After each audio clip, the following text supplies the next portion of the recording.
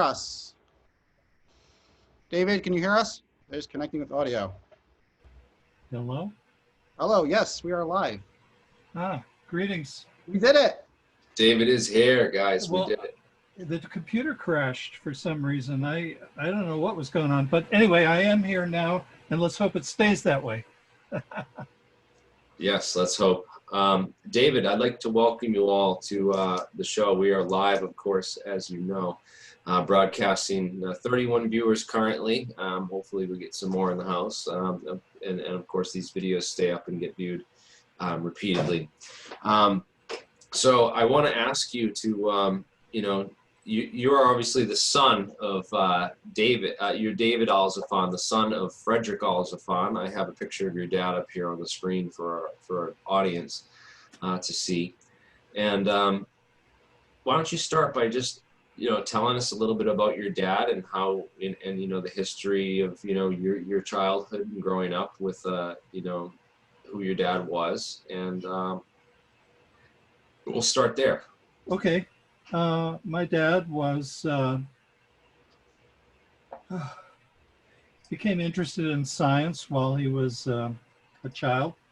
He went to UCLA and graduated in physics and mathematics, and then he went to graduate school at Cal Berkeley in the pre-war years when J. Robert Oppenheimer was teaching at the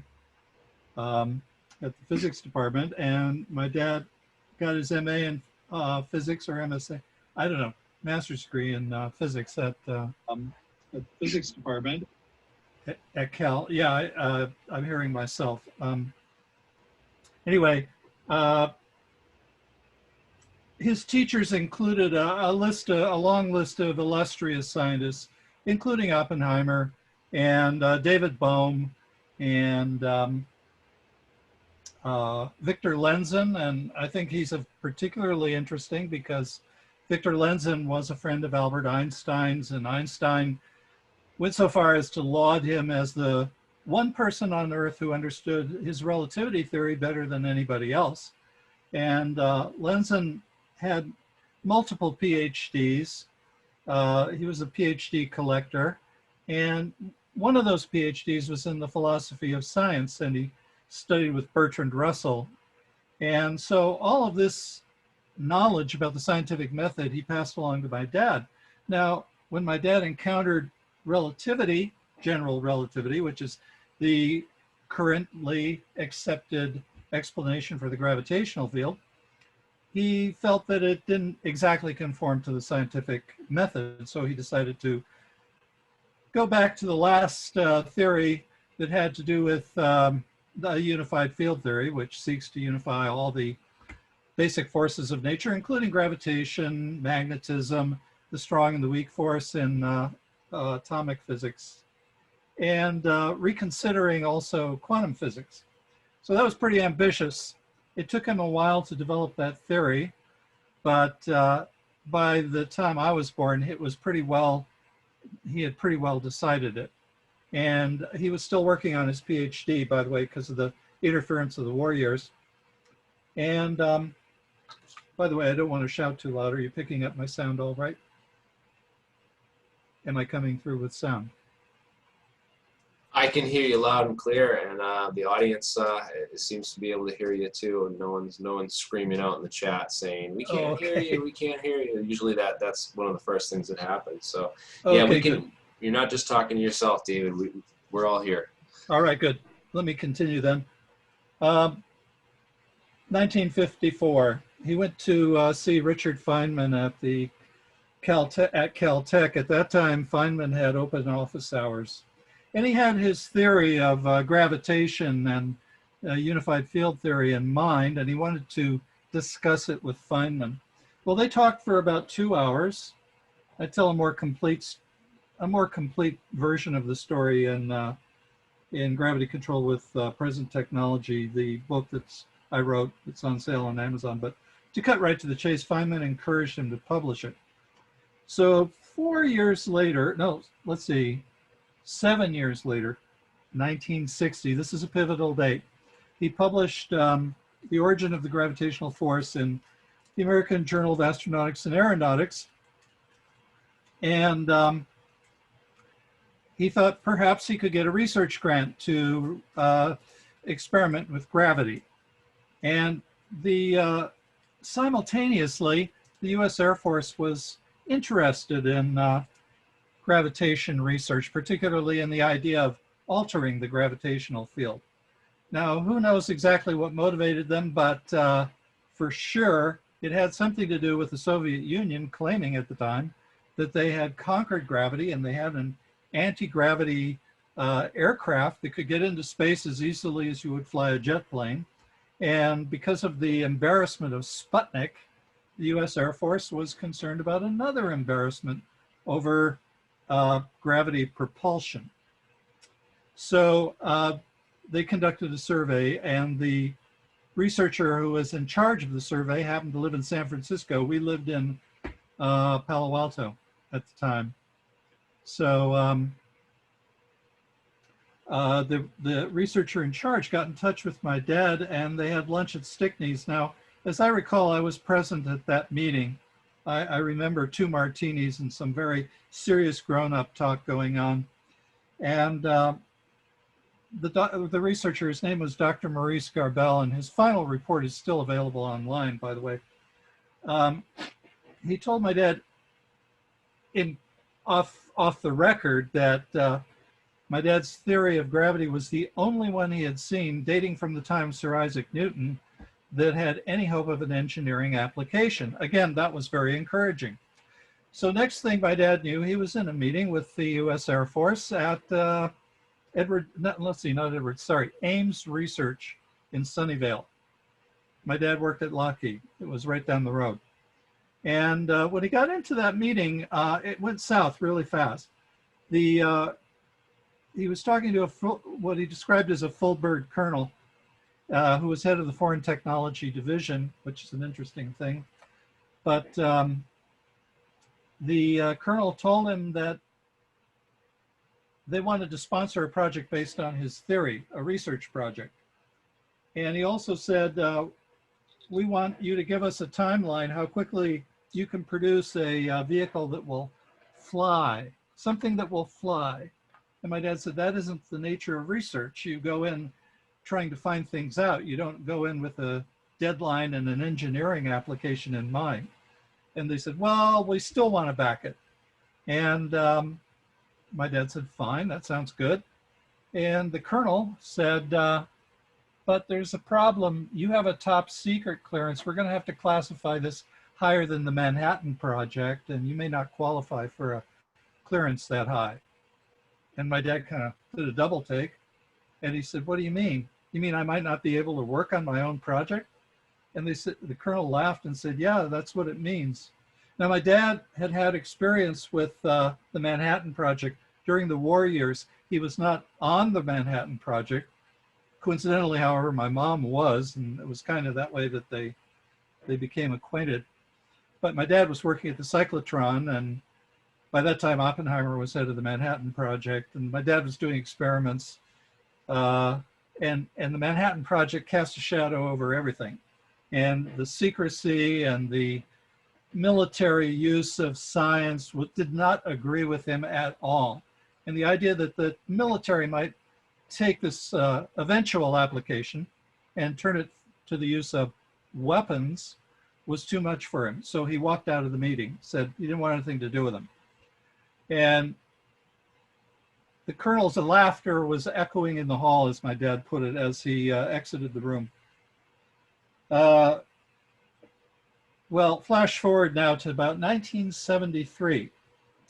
And my dad still doesn't know how to create anti-gravity. That was what he called it. I first became acquainted with the term when I was 8 years old, because he had a study in the back of the house. And the moment he came home from work, he would go into that study and lock himself in until dinner time. And after dinner, he'd go back and lock himself in the study again.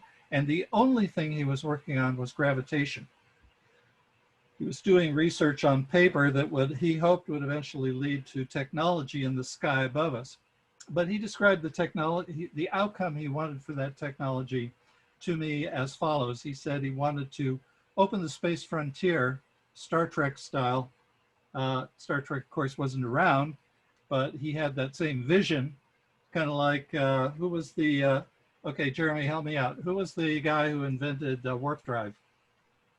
Well, you're talking about Bradbury, Ray Bradbury. That was the guy who invented Star Wars, and then he created the characters Zephram Cochrane. Zephram Cochrane, that's it. Yeah, he kind of had a Zephram Cochrane vision of what he wanted to accomplish.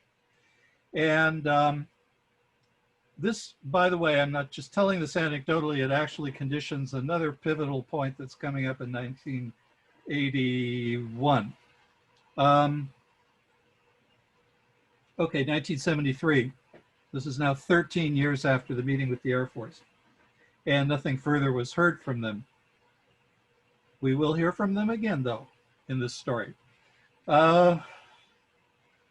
Okay, so I found a book at Kepler's bookstore in Palo Alto, or Menlo Park, rather.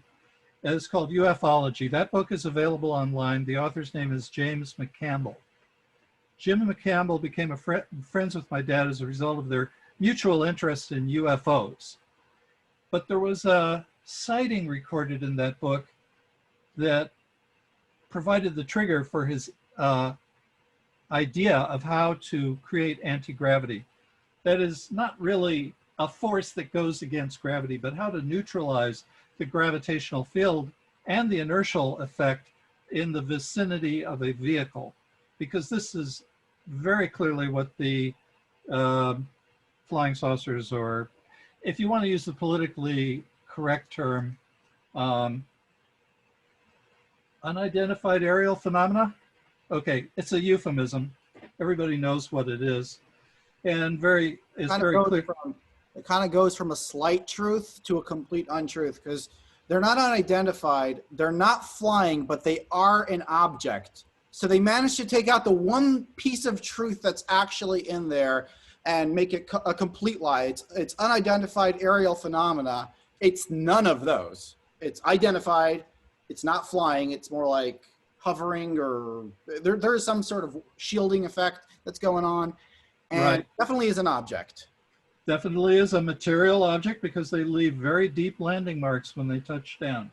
And the burn marks from their takeoffs are also part of the evidence for them. But for the armed services in the Pentagon, the term UFOs is now tainted by the propaganda that they've been putting out since 1947 to ridicule the whole subject of UFOs. And well, I think they've taken a fresh look at their policy recently. Mark, you brought up the date, December 17th, 2017, or 2018, I guess. When December 17th, 2017, that's when two things happened, supposedly. There was, according to Gaia and that guy, what was his name? The 20 and backer, he claimed to have been on a spaceship that was near Saturn. And he was translating for an extraterrestrial named Ra Ter-Er, which is like the ancient Egyptian god Ra. And the guy kind of like looks like Ra too, with the bird shape and everything.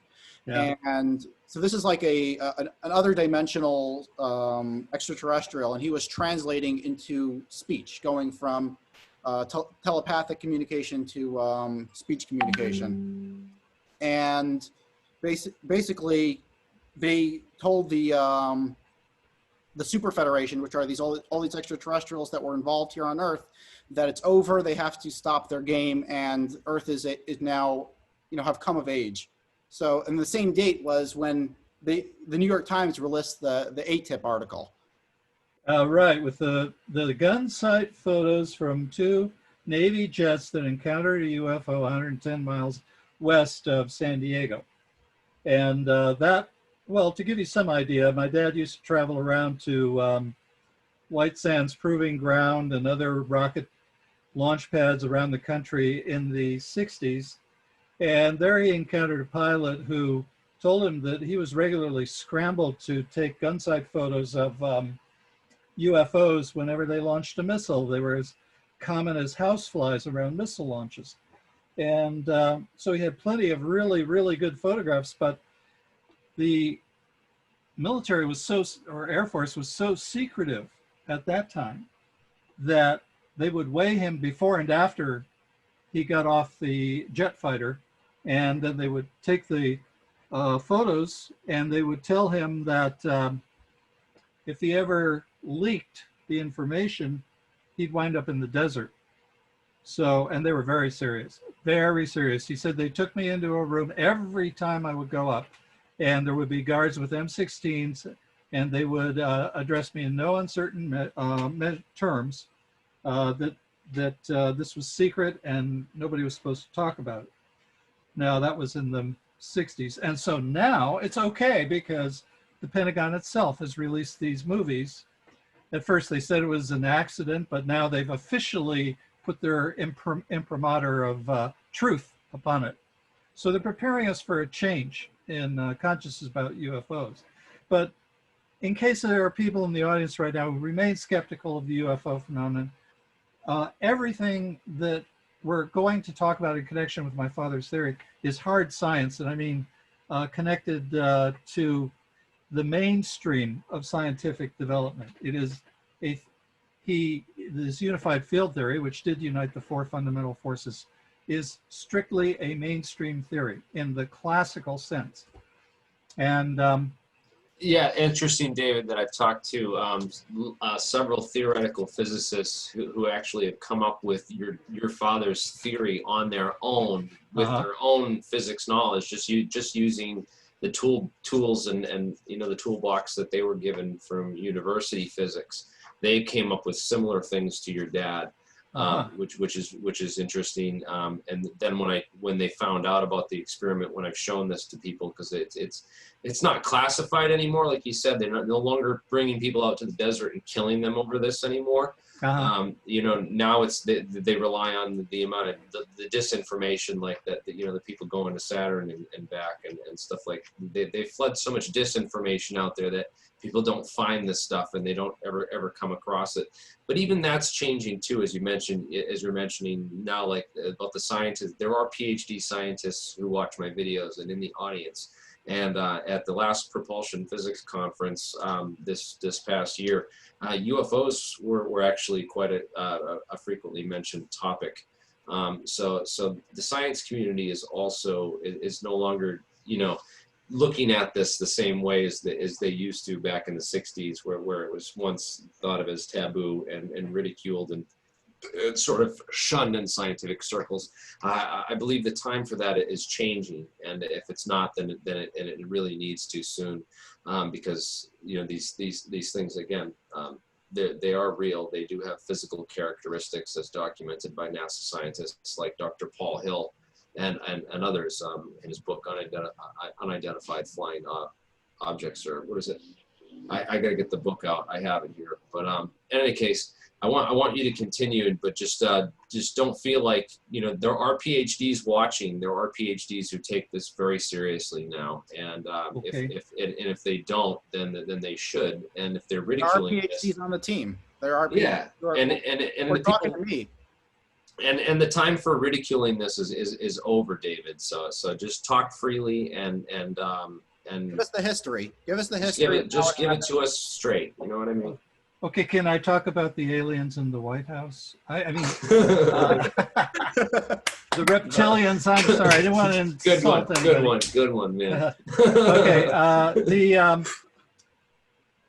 let me go back. Let me segue from UFOs into my father's technology, because one thing that was very obvious, even back in the 70s, is that all of the sightings all over the world from observers who don't even know each other contain the same elements. For example, the vehicles have axial symmetry, like the flying saucer is a classic example of that. Axial symmetry is like a bicycle wheel, you know, you got an axis and everything in the vehicle is an equidistant from the center of the axis. But so could a birthday cake pattern could do the same thing. A cylinder could do the same thing.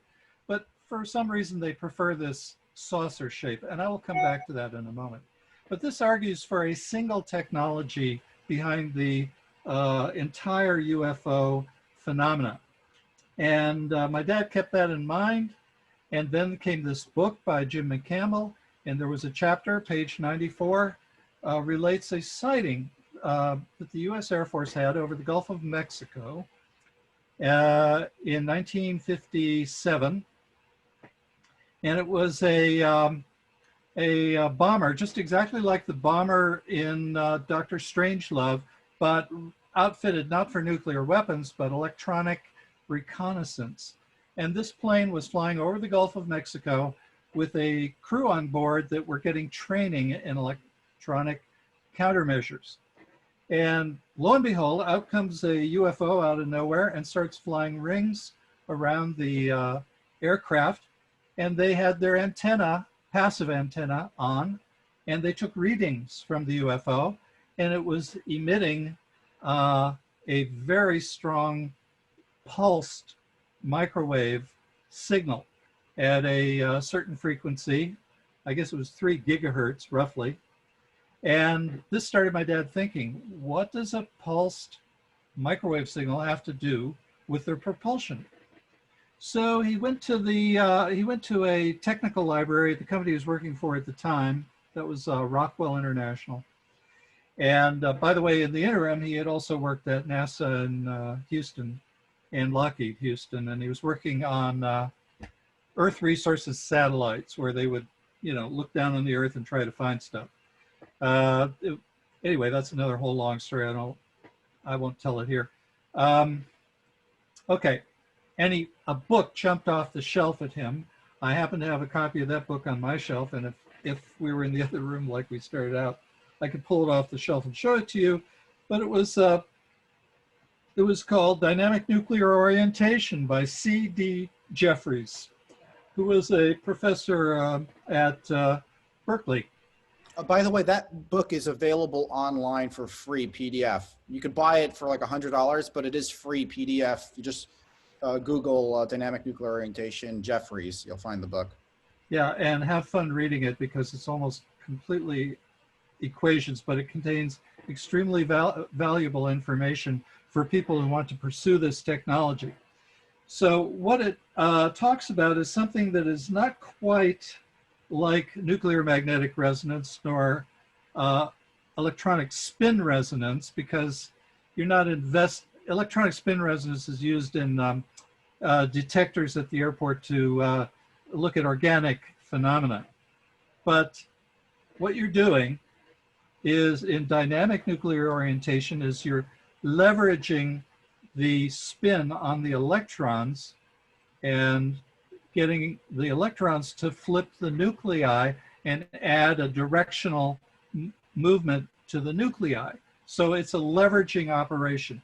The way it works is simply you set up a magnetic field that causes the electrons to precess in a uniform direction and around the same axis in a sample of a metal.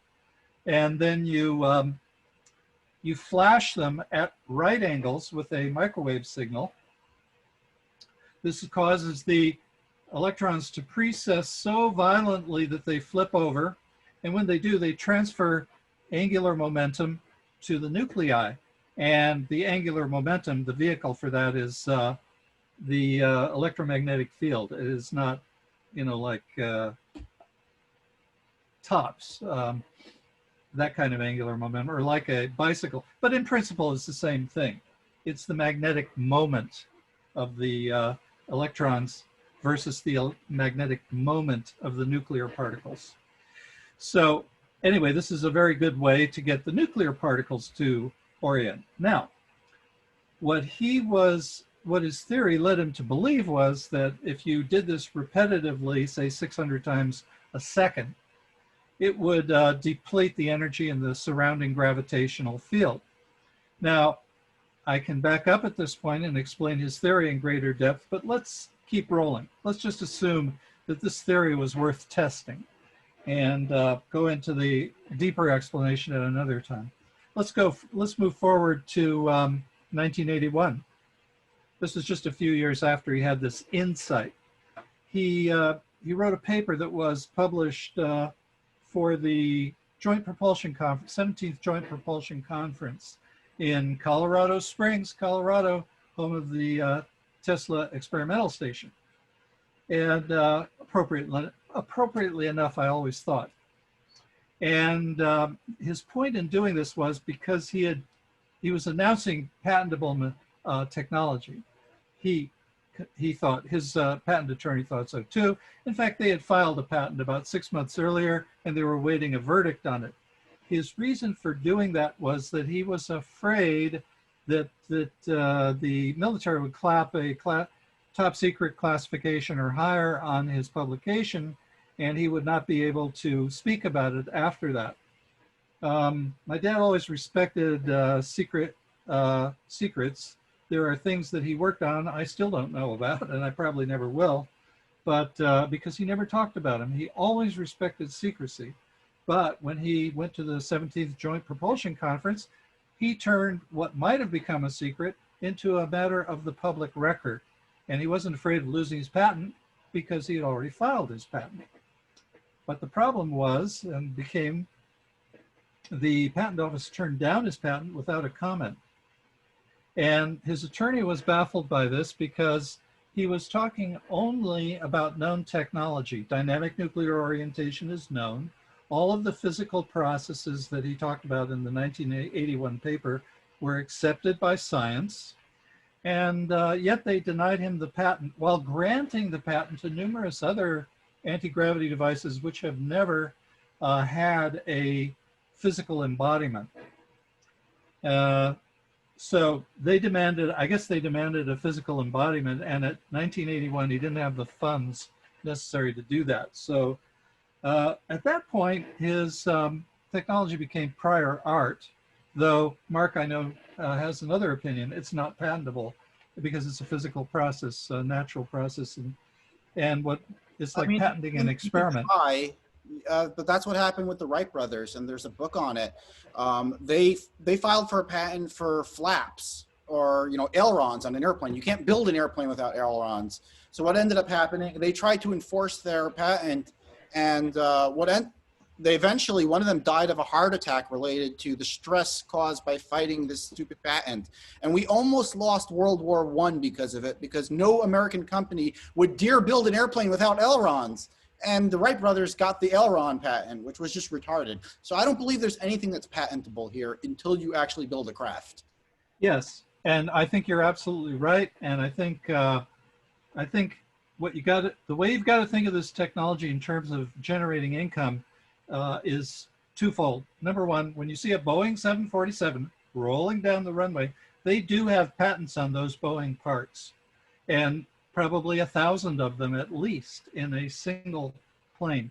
And when we create our first flying saucer, it's going to have patentable design parts.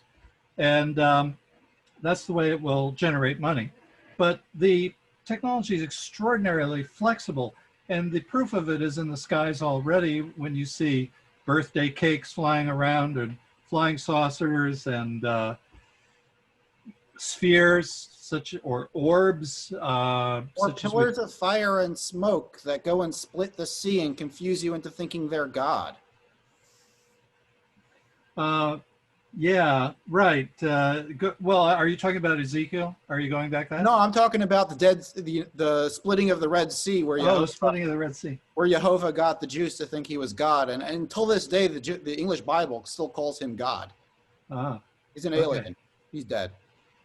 Well, yeah, you could find stories that entered mythology that seem to be explicable in terms of alien technology, just like you cite there. But okay, now we're into another gap. There was a 13-year gap between 1960 and 1973, and then 1981 comes along. And my dad is trying to get research grants to pursue his technology. Now, one of the predictions Dr. Garbell made in that meeting at Stickney's back in 1960 was that there wasn't a university in the world that would allow Fred's theory through the door. And the reason was it contradicted the general theory of relativity. If they did research on it, they would have to accept the possibility that it would be right, and then they would have to lose the general theory of relativity. By the way, the theory makes many of the same predictions that the general theory of relativity does. I don't have to go into that, but it's a comparable theory in its power. Anyway, now to people outside of academia, if you're not in academia, that sounds preposterous. It sounds like a conspiracy theory. Believe me, it is not at all preposterous. I have experienced it firsthand. The prejudice within academia toward anything that rocks the boat, as determined by the now accepted general theory of relativity, in which generations of professors have been trained, is anathema. They will not even talk to you about it. And in fact, I had one professor who was from Stanford who he was a Nobel Prize nominee in solid state physics. I lent him my father's paper on unified field theory, I guess that was a 1994 paper, published in Physics Essays. It's part of the bibliography in the book. Anyway, he kept it for a few weeks, and then I asked him, have you had a chance to look at the paper, at my dad's paper? I thought we'd have a nice rational discussion. We were sitting at a small table in South Palo Alto with 2 cups of coffee, and he went into his briefcase, he pulled out the paper, and he literally threw it at me saying, I don't have to read this paper, it's all bullshit. And that was an interestingly contradictory statement. He hadn't read it, but somehow he knew it was bullshit. Well, his explanation was that it contradicted the second law of thermodynamics, that he said, well, look at it this way. You could have a sack of potatoes that weighed 100 pounds, and using your anti-gravity device, you raise it 15 feet off the ground, and then you turn off the field, and it drops with kinetic force that is acquired by being raised into the air. And so it's impossible. And I pointed out to him, or I didn't point anything out to him because he was so furious that there were, his spit was flying out of his mouth and hitting me in the face and on the table. And he was all red, and the veins were corded out on his neck. He looked like he was going to have a heart attack. And perhaps he would remember it differently, but I was there and I saw it. This matches my dad's description of his encounters with other professors, and in particular from Stanford. You see that a lot in divorce court, when like one side says something true about the other, and they hate it so much. Well, yeah. So I told my dad his objection to the unified field theory, and my dad said, well, your friend seems to have forgotten something about elementary physics. This is he's forgotten the difference between a closed system and an open system. He would be right if it was a closed system, but it's an open system and you can exchange energy with the surroundings. That's all. So in about 1 sentence or 2 sentences, he dismissed this objection, which was the case every time a mainstream physicist raised any objections to his unified field theory. To put it in a kind of colloquial expression, they drew back a stump. They simply couldn't stand up to somebody who knew what they were talking about. And by the way, he did know the general theory of relativity at least as well as they did, probably a lot better. He was trained under one of Einstein's proteges, right? That was Victor Lenzen. Yeah, but also David Bohm and J. Robert Oppenheimer. And I think that they're responsible for his understanding of physical reality, which I'd be glad to go into later. It's really interesting because it simply extends an idea that's already accepted, fully accepted. It fully accepts the special theory of relativity, for example. But anyway, okay, so this is the kind of resistance his theory met. He decided finally that, and he made a grant application to the Department of Energy with the recommendation of Jim McCampbell, who was a personal friend of the head of the Department of Energy. So that should have worked out. It didn't work out. Nothing worked. So in the end, in 1994, my dad wound up doing the experiment himself. This is the experiment that Mark is replicating here. And Mark may even be doing a better job of it than my father was able to do. And that's the invitation I made when I wrote the book. So what's that? I hope so. I'm working very hard on it. We've had a lot of trouble. We'll get into that later. Oh, great. Okay. Anyway, he knew that he was working with somewhat substandard equipment. So as he put it, he was seeking qualitative results, not quantitative. And so there were some measurements that were not taken that should have been taken that resulted in features of the experimental results that made them not publishable. I asked him after the experiment was done and he declared it a success, what was the problem with publishing it? And he said it would be ripped to pieces because I didn't have experimental controls like I should have, that I wasn't able to correlate the microwave pulses with the weight fluctuations. So there are flaws in the experiment. The experiment needs to be done better. But nevertheless, he thought it was a success because the readouts from the weight of the sample showed a pattern that he had predicted in his theory. And that pattern, if I could describe it to you, is a weight fluctuation that looks like, if I've got a pen here, I'll do it. Okay, blank piece of paper. Let's say your weight starts here. I'll pull back a little bit. Okay, good. Your weight goes up briefly, and then it goes down, and then it goes up again, and it goes down.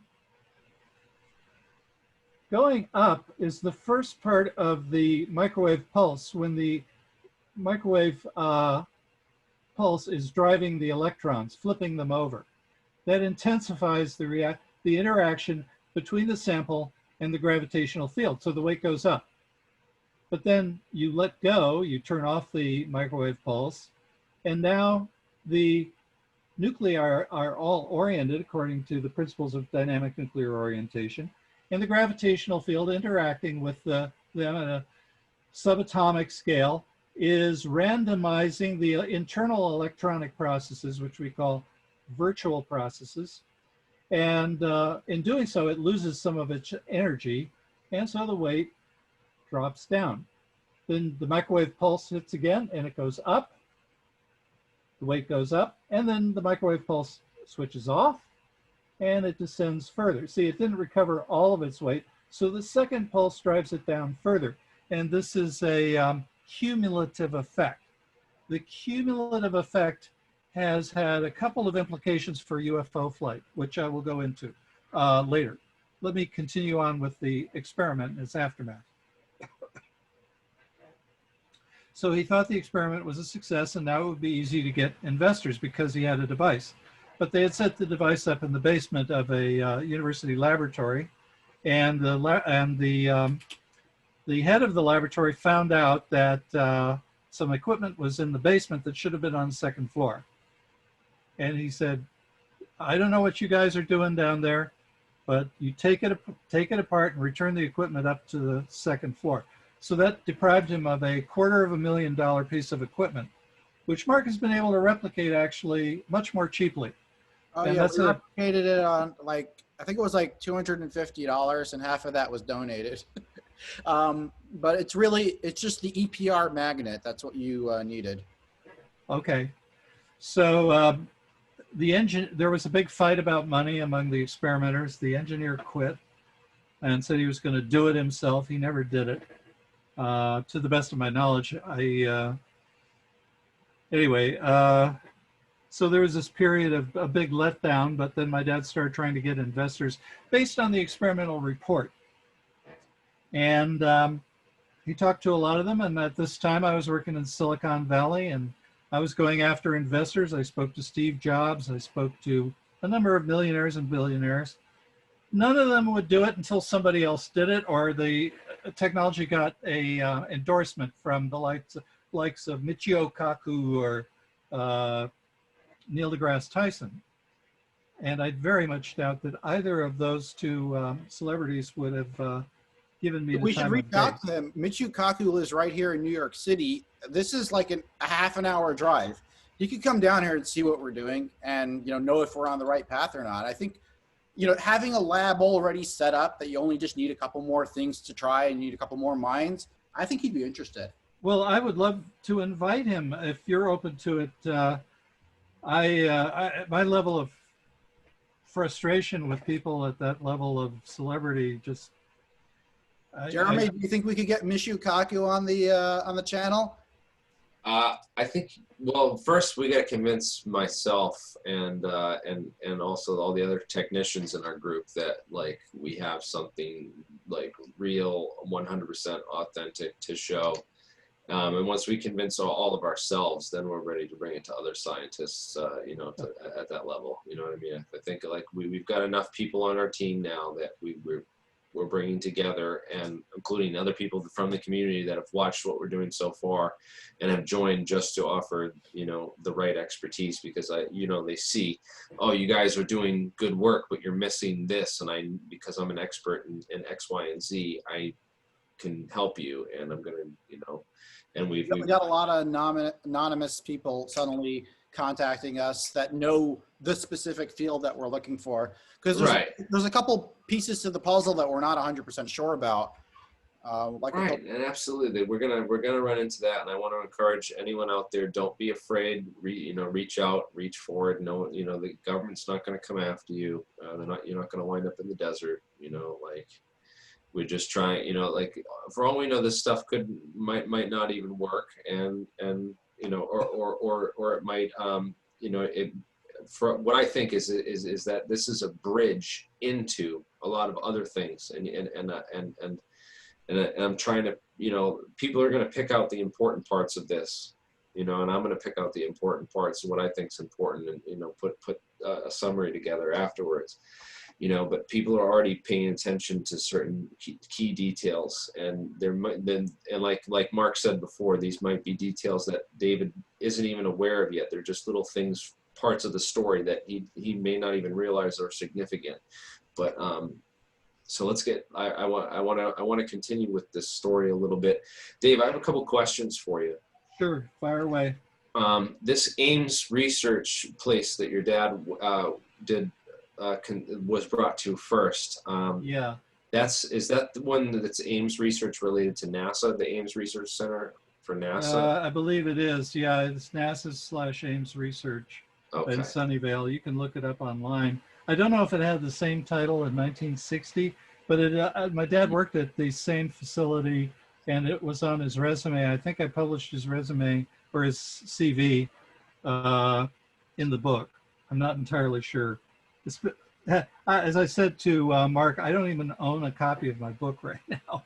I sent away for some copies after our last conversation, but they aren't here right now. I have the digital file, but it's on the other computer, and that's in the other room. So anyway, NASA. I'll have to get you to sign me a couple copies, and we'll auction them off for funds to buy some of this equipment that we're doing to run this experiment. Sure, I'm getting some copies in the mail. Very soon, I'll autograph 3 of them and send them to you, and then we can go for some more. We could auction those off and try to make some money. Right now, the main piece of equipment that we'd need if we wanted to go on to the high power version of this test is a new signal generator. Like the one I have over here is just not always putting out a signal. Uh-oh. It's in a very tight range too. And we're going to go with the Thyratron, which is in the C-band. And we could have weaker magnetic fields in the C-band. So it's actually more useful if we wanted to make a full-size craft. And it's also 3,500 watts. So like we could really pump that Faraday cage with energy. Okay. That signal generator is probably around $3,000-$4,000 to get a decent one. So why don't we shift gears now? Do we think we covered, David, do you think we've covered enough of the history? Is there anything more that you want to add on the history? Because I want to shift gears soon and start getting into the experiments. Okay, yes, I do. But let me let me conclude the story and bring us up to the present day. There was a long period after the experiments when we tried and tried and tried to get investors. And I was working in Silicon Valley to get investors. And then in 2012, my dad at that time was 93 years old. He passed away. And at that point, I realized that nothing would be done unless I did it. So, you know, like the little red hen, I went running around. First place I went to was my former alma mater, UC Santa Barbara, where my dad had actually worked in the physics department. And they would not even give me the time of day. This is the book as written by Dr. Maurice Garbel. They wouldn't give me the time of day in spite of the fact that I was a graduate of UCSB and that my father had worked in the physics department, Santa Barbara Research Center. And so then I thought, well, this must be some kind of an anomaly. So I started going around to all the universities. My first goal was to get a university lab to do this experiment right. And I thought the prospect of a Nobel Prize and zillions of dollars in grants would interest them. But it was not enough to interest them in contradicting the core doctrine of general relativity. So at that point, I just gave up on them, and I went to the civilian space agencies. You name it, I talked to them, except I didn't talk to them because they wouldn't talk to me. I sent them letters to initiate a conversation. Never heard back from any of them. This was pretty much the same thing we experienced while Fred was alive. Well, okay, I gave up on them and I decided, what's left? Okay, Hollywood. I came up with an idea for a TV show. We would redo the experiment and this would be the cliffhanger that would keep us going through 6 episodes or whatever it took, and the production company would front the money for the experiment. They too were not interested. So I decided finally to write the books, and that's why the books were written. Never dreamed of making much money on the books, I want to tell you, and I was just essentially giving everything away because any financial interest I might have had in the technology, I had to be willing to sacrifice that too. And my hope was, and now here comes the punchline, my hope was that independent electrical engineers would carry the torch over the finish line for my dad, because this is your dad's torch, actually.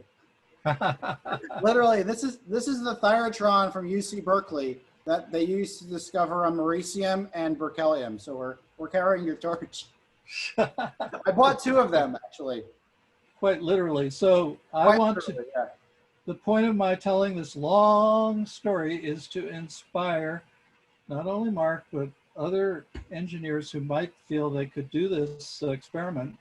And the goal really is to get more than one group of experimenters to successfully duplicate the experiment and prove to the scientific community that the idea has merit. For example, if only one experimenter has a successful result, well, who knows, maybe that was an anomaly of some kind, that was a freak, there were other forces involved. But if multiple experimenters do it, it's going to be a revolution. And we got both torches here. This is part of the accelerator from UC Berkeley where your dad worked. Now you use the word accelerator. This technology will accelerate the progress of humanity 100-fold into the future and enable us to get into space and start actually exploiting space for all kinds of resources and industrial production, and waste disposal. We can send things into the sun and have them vaporized. By the way, David, I didn't buy this because your dad worked on it. I bought it because I needed it. Oh, okay, good. I didn't know that your dad used it at the time. I bought it, actually I didn't even know of your name at the time. I bought this to try another experiment which involves hitting parallel plate capacitors with a ton of energy. We haven't tried it yet, but I got the part, and this is something that we needed. And so let me say one last thought. If this experiment is a success, if it attracts the kind of attention that I hope it will, Or if this experiment is a failure and somebody else manages to do it for whatever reason, then we will see the annual output of the industrial output of the world double within 10 years, double. And dreams that were only science fiction dreams for all of us growing up will come true. Voyage to Mars,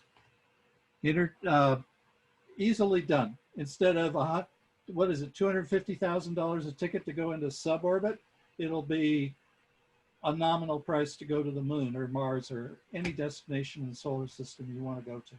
And the crazy thing is it'll probably change prices different times a year because of the distance to Mars.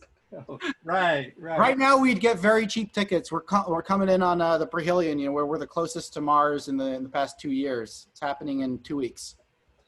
It will also get rid of external controls on aircraft, you know, rudders and stuff. Like we said, with this technology, to do away with a lot of that stuff.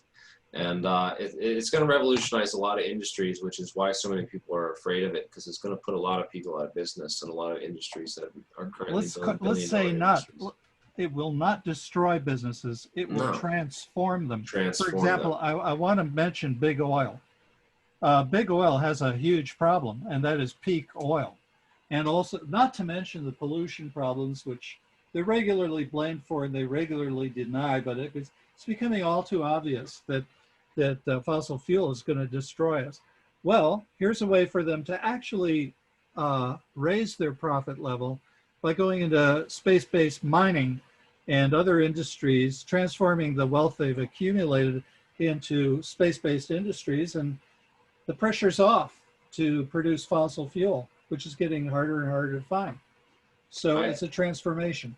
I absolutely agree, David. I just want to give a quick shout out to 2 members of our audience. We got Rather Be Squidding, gave a $5 super chat, and Ryan Hedgem gave a $20 super chat towards research and experimentation. You guys are awesome. Just for that, you're going to actually set off some stuff in the background here. Look at our science experiment here in the background. Oh no. Oh geez, we're filling up fast. Wait a minute, is that alcoholic? I'd like some if it is. Yeah, no, it's about to be. Okay. So, I didn't have it plugged in. Sorry, I just spilled it everywhere. You guys caused an overflow. You know, if we keep getting donations, we might have a reactor core meltdown. Anyways, thank you. That's appreciated, and we got lots of stuff going on in the lab. So thanks for that. Now, I know I've monopolized airtime for a long time, so why don't you guys take it away? Yeah, I have some questions as well for you, and I want to get more into the nuts and bolts of the experiment and how it was done, and some of the also some of the things you pointed out that you had mentioned that were tried that we talked about. So one of the things that was brought up by a member of the chat, Fail Forward Research, asked about temperature change in the samples, and that some of these samples, when they're, you know, you're hit. Is it just heating up because of the microwaves you're hitting it with, or is there there's other is there any significance to this temperature change? And you know, because yes, there is a significance to the temperature change because the decay and orientation becomes progressively shorter the higher the temperature. You want to keep the sample down around room temperature in order to experience the effect.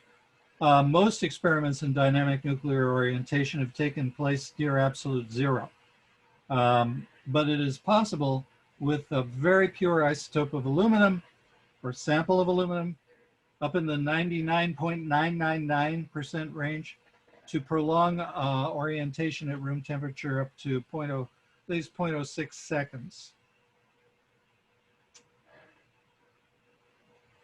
I'm getting turned on. That's enough nines, right? Huh? Is that enough nines? That's enough nines. I know those nines are hard to buy. Every extra 9 costs a lot of money. Excellent. We got 5 nines. These little pellets. Wow. Super. So the material you use and the temperature of the material matters quite a bit. And I do believe, and Mark has also, we've talked about this off camera here, that the alien craft are using very sophisticated technology to prolong the orientation in the shell of the craft. And possibly what they're doing is constructing the shell out of layers of material that somehow resonate with the frequency that they're using to defeat the gravitational field to prolong the orientation of the material in the matrix. And I'm sure, you know, with thousands of years to work on this technology, that they've gotten so sophisticated at it, we can only dream of it. But in principle, we should be able to do what they're doing. Right, right. People don't realize how far we've come and how important frequency and orientation and all these different energies are to what we are, to what our matter, what inertial mass actually is. Like, we are matter and matter is energy. And you can use energy to manipulate matter to make it no longer have this inertial mass, you know, that going on, because it's the randomness that allows us, that gives us the inertial mass in the first place. If we were able to orient it, we'd get rid of that. Well, Einstein announced the equivalency principle as part of the general theory of relativity, and that was the equivalency of inertial mass and gravitational mass. And so there's long been recognized a relationship almost directly proportional between mass and inertia. And so if you have a process, a anti-gravity process, or as my dad liked to call it, gravity control, he found out you can't say anti-gravity without discrediting yourself. So he started to call it gravity control in 1981. Then you should be affecting the inertial mass too, and that does fit into his theory. When you have a vehicle that has zero interaction with the Earth's gravitational field, it will also cancel the inertial mass of that vehicle, 100%, or pretty close to it. Say the sample is 99.999. That's about how much of the inertial mass will be canceled when you get the vehicle fully charged with the effect. Oh, Okay, wow. so I hope I answered that one. You also mentioned that your dad told you of another way of doing it. Instead of hitting it with the RF, you just spin the sample around? Yes, we had an interesting revelation in one of our earlier calls about another idea my dad had, which I just mentioned out of the blue. He thought that you could have an aluminum wheel or disc or flywheel, and you would spin it, and this would orient the electrons. And then Mark told me that this blue area inside of this diagram was a spinning disc.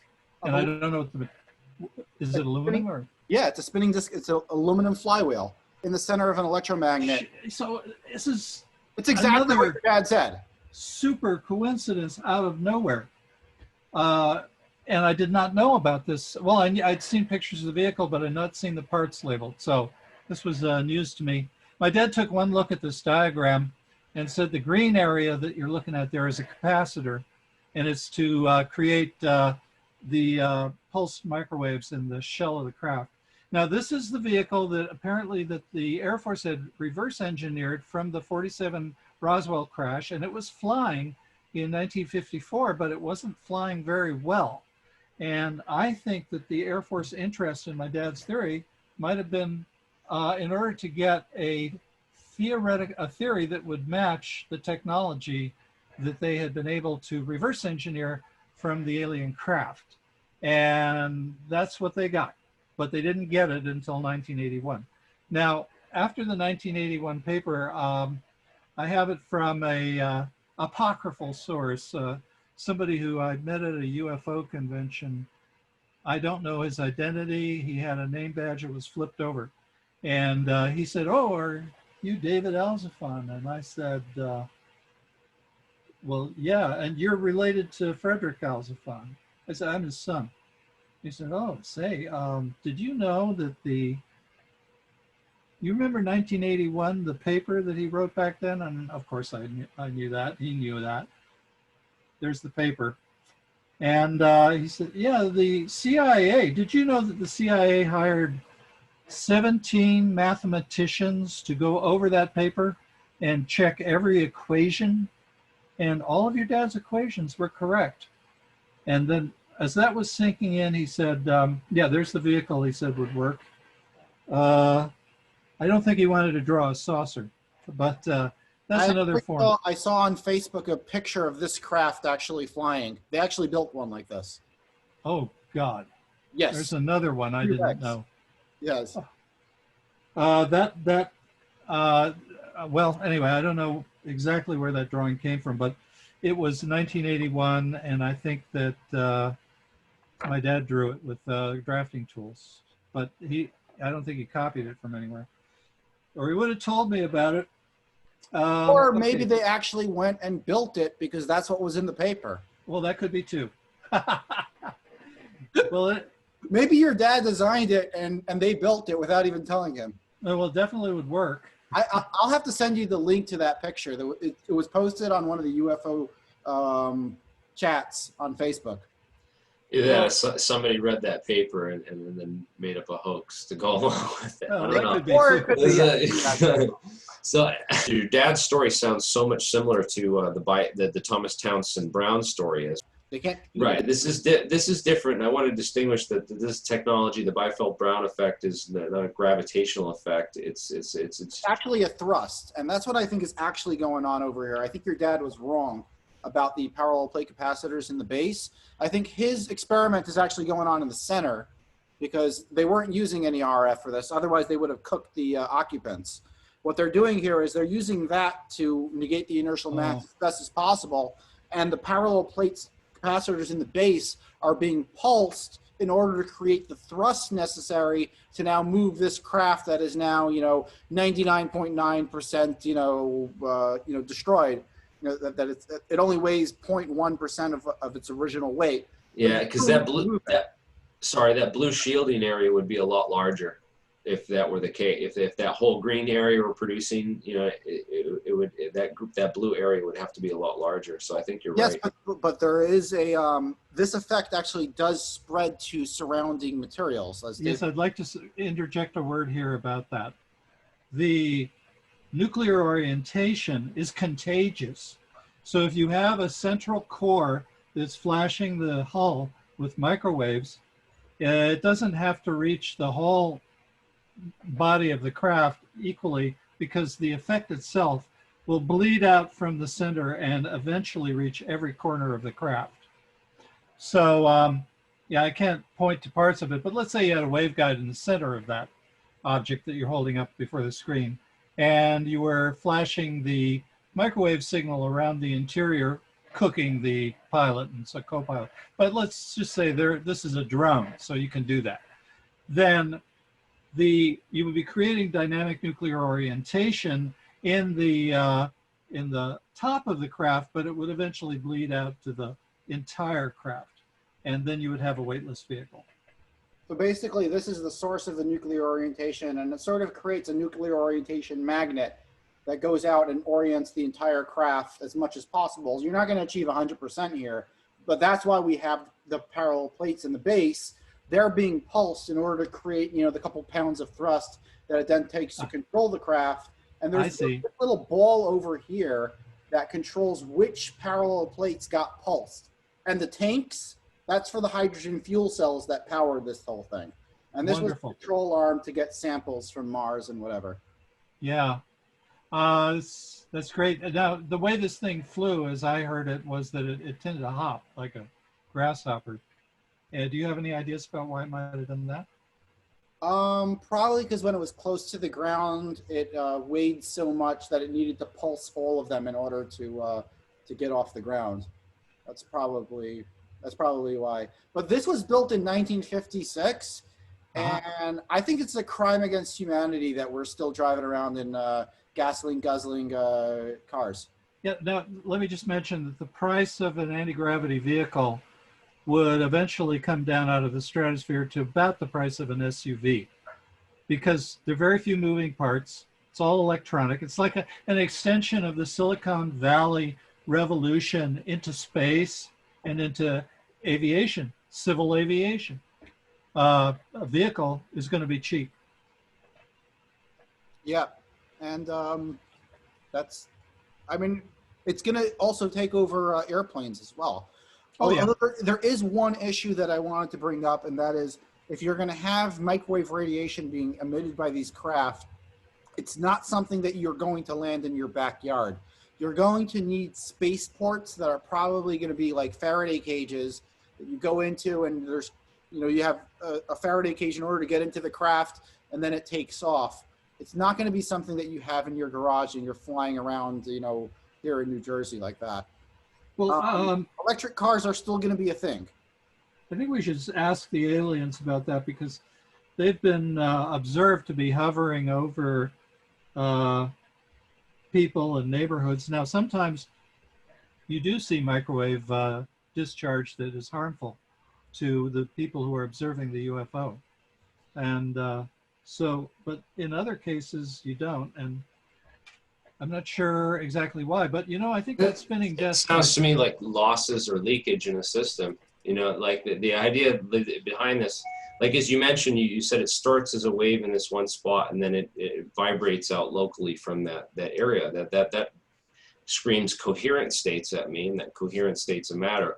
And if there's damping, too much damping in the material, or too much damping in these effects, then you're not going to get those coherent states to spread out from that one spot and spread over the whole surface of the craft. And that goes back to, again, what you said about why they're shaped like saucers or bells. Why is a bell shaped like a bell? Oh, because that was the most resonant shape that they could think of, that they could create an object that they created a bell in the bell shape of a bell for resonance. You know?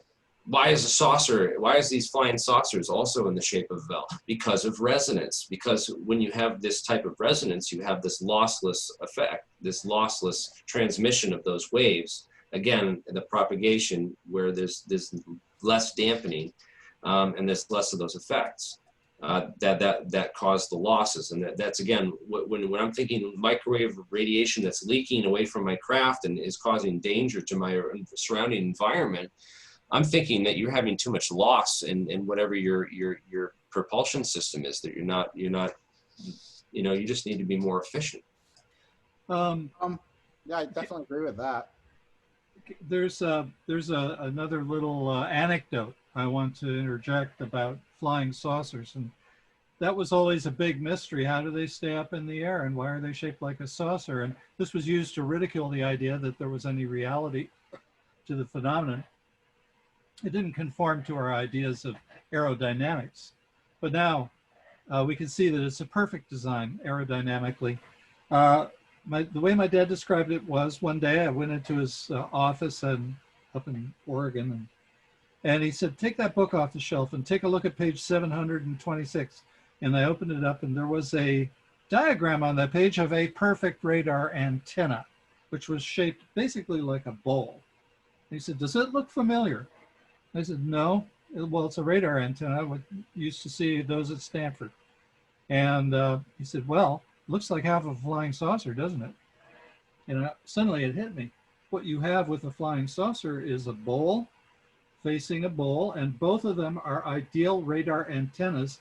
And this minimizes the amount of energy that you have to put out to get dynamic nuclear orientation in the hull of the craft. So it's the perfect design. Two bowls facing each other, two radar antennae facing each other. And well, anyway, that's why we see the saucer shape used over and over again. It's efficient. As for the means of, yes, sorry. So I just want to make a mathematical statement to extend on that point of parabolic antennas, so people know. Parabolic antenna is actually the shape of the antenna is dependent, is made with the x squared curve, the graph of x squared, y equals x squared. And it's made so that every point reflects equally from the focal point F so that it straightens out all the lines and makes them all straight and lines them all up. So that they, you know, if you had two of these on top, then those lines would be bouncing top and bottom, going straight, and top and down. They'd all be perfectly aligned because of the mathematics of it. The UFO shape and the UFO flight characteristics are an indirect support to the theory that my father came up with and the technology, because his technology explains all of these effects that have been observed ever since people started observing UFOs, and gives them a unified explanation. And before, there was no coherent picture of, for example, why they take off from the ground with the help of a rocket and then wobble insanely like a dinner plate on a tabletop, and they get steady and take off like a bullet, or why they tend to fly in a sinusoidal flight path like this. All of that is explicable in terms of the theory. For example, the sinusoidal flight path corresponds to this chart that I drew here. As the power builds up, the craft gets heavier and it begins to fall. And then the microwave field is released, it begins to get lighter, and it's when it becomes lighter than air, of course, it's going to rise up like strictly on the basis of flotation.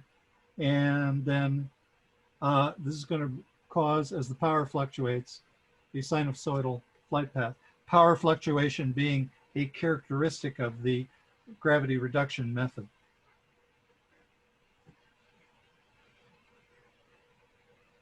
So there's an indirect proof. Also, the falling leaf pattern is also based on this. When a saucer approaches the ground, they sometimes exhibit this falling leaf pattern, zigzagging to the ground. I go into a lot of detail about that in my other book, the Top 10 UFO Riddles.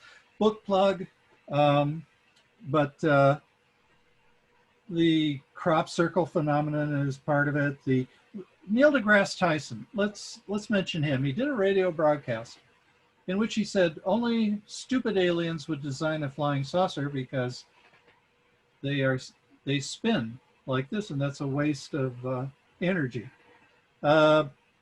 Actually, it's a side effect of the propulsion system. When you get a gazillion electrons precessing in the same orbit like this, it's going to cause the saucer to spin slowly. And you can duplicate this effect in your bathtub. You could take a gigantic pie plate that you get from Walmart for $2. You put a couple of gyroscopes on it, and as the gyroscopes precess, the plate will turn like this as it's floating on the bathtub. And you'll say to yourself, whoa, that's alien technology in my bathtub. I always described it as like if I took a quarter and spun it, that motion that it does right before it hits the table, like right as it's lowering its spin right like at the bottom. You know, it's only where only one edge of the coin is touching the table at a given time. Right. Kinda, yeah. I think that's due to the uneven distribution of weight spiraling around the craft during the power-up phase of the launch. It's getting off as its weight gets near. Super interesting. Yeah, the weight isn't distributed equally until the vehicle is 100% charged. At that point, it's going to stop rotating. Well, you can stop it from rotating other ways, but it's going to stop precessing like a top and get steady. And at that point, they can shoot off at any speed they want to. That's been observed lots of times. Yeah, I was also wondering about that. Like, if you have so much spin going on, is there a point where you have too much spin and you got to like spin something in the other direction to cancel it out? Like have a spin ballast kind of system? Yeah, I don't know what they use for that, but you could use a How about water? Just use the water that comes out of the hydrogen fuel cell as your spin ballast system. Sure, or compressed air. It doesn't take a lot to stop that spin because the vehicle. That's only when you're in the atmosphere, though. Yeah. Compressed air. Mm-hmm. Could you do that in space too? I don't know. Yeah, I guess so. But I'm talking about not losing any mass from the craft.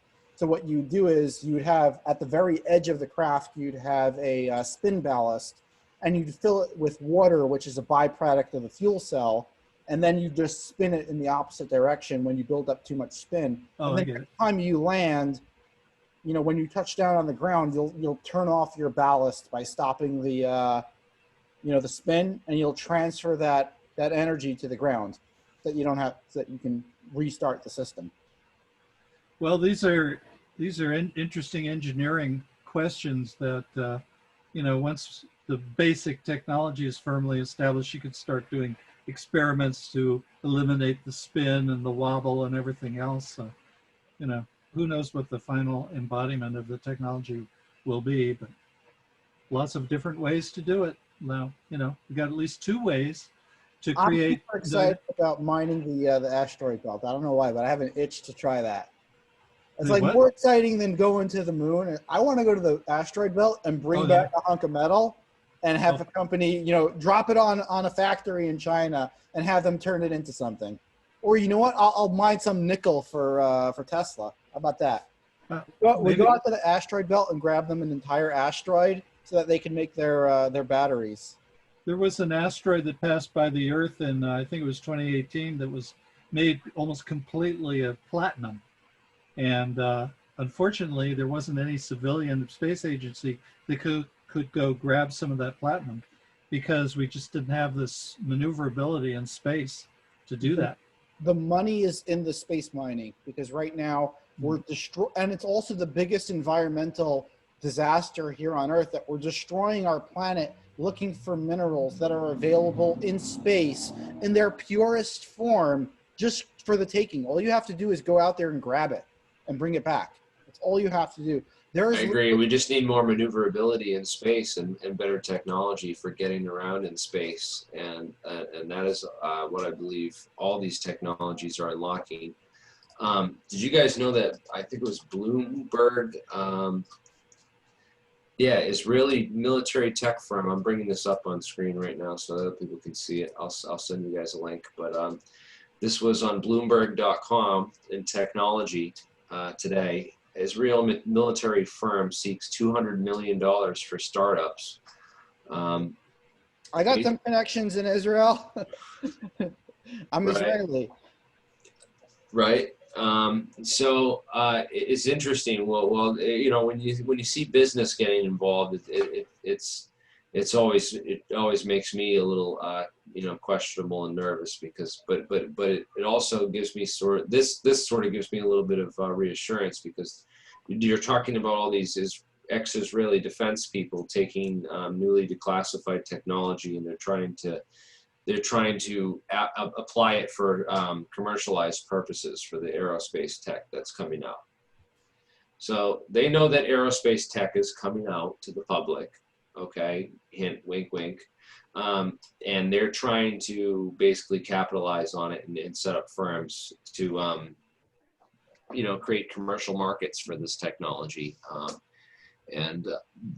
So when you see stuff like this coming out, it's just more verification of that, the business sector and as well as intelligence are already aware that this technology is working its way out to the public, and there's nothing that they can do to stop it. Yeah. We could use some of that money. I mean, I think what I could do with $100 grand is, what they could do with 10 million, because we don't have any salaries over here. Everyone who works for this is so passionate about what they do that they don't need a salary. And we have the top minds in this entire industry working on this right now. Yeah, as far as the human resources level, to go and recruit people that are into this, I mean, you could recruit some really good scientists out there. I'm sure there's some talent out there that we've yet to recruit and bring on board with our team. But no one's been doing this quite as long as I have, at least not publicly, out in the open sphere, as long as some of the people in our group. And I've I've really brought a lot of people together and involved a lot of people, you know, getting And more. that's what you've been. You're That's what I am. I'm the guy as I put people together. So people want to get involved, they email me, thealienscientist@gmail.com, guys, and get in touch with me. And I'm basically, I'm the connector. I'm the networker. And if you want to be part of the network and you have the skills and stuff, I'm the human resources coordinator. And we've already got the team. We've already got the laboratory. We've got the setup, and now we're talking to the people out here live. David Alzofon, man, thank you so much for joining me. Your story is amazing of what you told me about your experience and your father's experience in what he's done with this technology. Just tell me a little bit more. I want to know just what it was like being his son and just how he was as a father. Well, I will tell you that he had a dedication to physics that was the equivalent, roughly, in my opinion, of the dedication of a monk to religion, because I never saw him spend less than 6 hours a day reading physics books or going to the university library and studying the latest in the physics journals. He loved science, but he was also he was equally interested in benefiting humanity. Now, given this combination of characteristics, is selfless dedication to science and the very profound desire that whatever he did in science, it should benefit all of humanity, you would think he was something of a saint, but he could be very difficult to get along with. He could be extraordinarily difficult to get along with. But I will say that everybody in our family loved my dad a great deal. And my brother has chosen a career in science because of the influence of my father. Which is interesting because sorry to interrupt. You do guitar, but we'll get to. Yeah, I'm a guitarist. Well, look at how hard I've worked on behalf of my father's ideas too. I was kind of afraid that if I started in that direction, it would completely consume me, and I wanted to establish my own identity. But somehow I wound up spending a good deal of my life, particularly in the 8 years since my dad died, working on almost nothing but his technology, trying to interest the world in carrying it forward, because he wasn't recognized within the scientific community for this. He was recognized for other things, because he was recognized as a world-class authority in optics and also in the Sommerfeld method, which is a way of analyzing radiation dispersion and diffraction. He extended Sommerfeld's work, which is famous, but it was regarded as limited, from a half plane to objects of arbitrary shape. Now you think, well, that's very academic, but what are objects of arbitrary shape? Well, they might be, say, an airplane, or they might be a snowflake. It might be used for improving radar imaging. It might be used for improving the functioning of DVDs and CDs and all kinds of electronic stuff. And he managed to do that in closed form equations, which means no infinities, exact solutions. So you'll find a book called Exact Solutions to Diffraction Problems by Fredrick Alzofon on Amazon. It's very, very technical, like most everything else he wrote. There was a book he wrote for Lockheed that was on multiple universes. This was all based on the experiments he did at Cal on the cyclotron. He observed anomalies in the collapsing electromagnetic fields that he thought could only be explained by an alternative universe theory. So he wrote a book about it, and he got it published by Lockheed, but it wasn't exactly a bestseller. I managed to get my hands on a copy of it just recently, and I'm hoping that I'll be able to make a PDF of it and resell it on Amazon. to support further research into the gravity method. But it was a very, very thick book, huge. Anyway, so what was it like growing up with my dad? Well, I gave you kind of a glimpse of it. He used to come home from work and go directly to his study, lock the door, and he used to not come out until dinner, and then he'd go right back in again. There were a couple of exceptions. He would watch Perry Mason with us.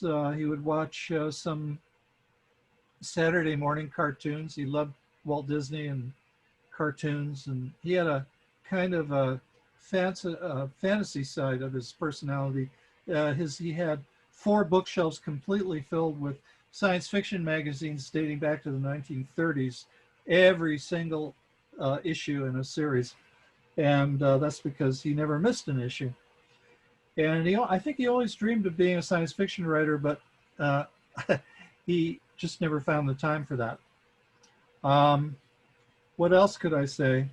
Okay, so he seemed very distant from all of us. That was a hard bridge to gap. But he talked to all of us like adults when we were little tiny kids. But then he could be goofy too. We would have liked more goofiness from him, but he was a very, very serious person. Now in his neighborhood in Oregon, he was very, everybody liked him because he'd come to the barbecue parties and entertain everybody with stories and jokes. And he had a wry sense of humor, very wry sense of humor.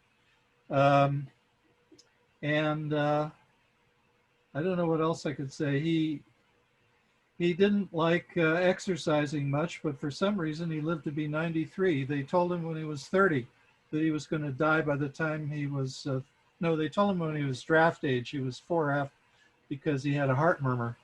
And they told him he was going to be dead by the time he was 33. And he lived to be 93. He just defied convention in every single way.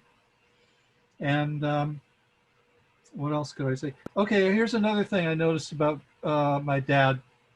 When I get into phone conversations with him, I never knew what he was going to say next. He continually surprised me. And it wasn't just that he seemed to read more than most people by tenfold. It was that he would put all of his knowledge together into patterns, and he would see these hidden patterns and everything. So I always liked talking to him and listening to his stories about movies that he had seen and what he thought of the movies. And he was a big fan of the movies. He worked in Hollywood when he was going to UCLA. He worked in a prop shop.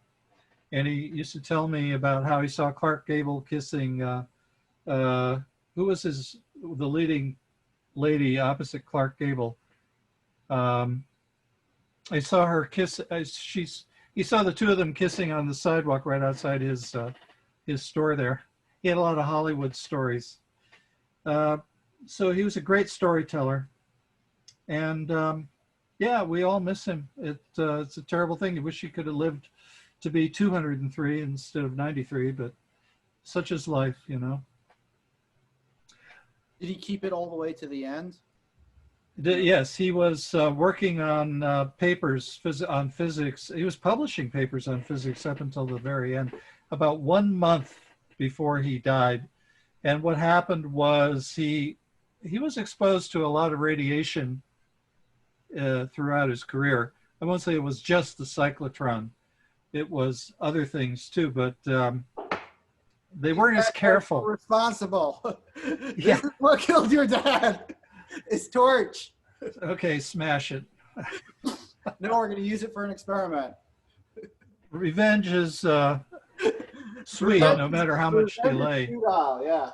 So it's kind of interesting how you back to you chose a career as a musician. You play guitar professionally. And well, I worked for Guitar Player magazine. I've written a book about guitar, and I wrote a book on composition called Compose Yourself. And I got as interested in music as I think my dad did in science. And my degree actually is in fine art, and I just didn't pursue it. And then I've been a writer. Professionally, I've been a writer ever since I got out of school. And I'm grateful for that because I don't think the book would have turned out as well had I not been a writer. So it turned out to be a happy I'll let you in on a little secret. While you were trying to get your computer restarted, me and Jeremy went live and we were having a jam. Oh, We didn't go live with the jam. I play the flute and Jeremy plays guitar. Oh. Yeah, I play guitar too, man. We'll have to all get jam. together. What kind of guitar do you have, Jeremy? Or I have what's your favorite? I have 2 acoustic guitars, and I have two Ibanez electric guitars. One with active pickups and a Floyd Rose, and one with just regular pickups and passive pickups and no Floyd Rose. But I play guitar, and but I've been more into like vocals and singing and stuff. Cool. But I wanted to point out that I gotta find. I'm trying to find him right now. So I'll get back to this in a second. But go on and tell us more about you. How did you get into why did you get into music as opposed to your dad's a physicist? Because I loved music growing up. I was glued to the radio listening to the top 40 from the time I was a little kid. And my dad had a violin. He was a musician for a while, but he gave it up. But I've discovered his violin in the closet, and I asked him to play the violin for me, and something just told me I have to learn how to do this. It was one of those life-changing experiences. And for all I can remember, he only played a couple of notes. He felt very badly about having to give up the violin. But to me, it was the most beautiful thing to imagine playing a musical instrument. So I kept practicing. And when I was in high school, the Beatles hit. And then that convinced me I wanted to study music theory and learn how to write songs. So I went to school, got a degree, and then I went back to school and studied music, and I started writing freelance for Guitar Player magazine. I worked for a jazz guitarist named Howard Roberts. You may have heard of him. He was a member of the Wrecking Crew that was the subject of a recent movie. Fantastic guitarist. And then eventually I wrote a book on how to play guitar. And then I went to work for Guitar Player magazine. And right across the street from Guitar Player magazine, there was this little company where people came into the doors and they came out millionaires. It was called Apple Computer. You may have heard of it. And I went to a guitar concert, and right after the guitar concert, I went to a pizza parlor called Frankie's, Luigi's, and Johnny's. And the guy I went with was, the guy I met there was a guy named Dan Kotke, who was an Apple employee number 10. And somebody showed up, kind of an arrogant little prick named Steve Jobs. And Dan nudged me in the ribs and said, you see that guy over there? He just became worth $300 million today. Well, this exerted a strong magnetic pull on me because my goal was to make enough money to retire early. And it looked like I would be doing that if I could get into Silicon Valley somehow, say a Silicon Valley startup. It looked as easy as pie. Just find my Apple computer. And I had a short interaction with Steve Jobs then, and then many years later. And I went to work for Steve Jobs eventually at Next. Yeah, that's another story altogether. But anyway, I went to work for an employee of Steve Jobs named Jeff Raskin. And Jeff quit Apple when Steve elbowed him aside from the Macintosh project, which he created at Apple. And he worked on the first motherboard for the Macintosh, and actually he completed that much of it. But then Jobs decided that was the future of Apple, so he wanted control of that project, and that forced Jeff to quit and found his own startup company. And so I went to work for Jeff. 6 startup companies later, I still wasn't a millionaire, not anywhere near it.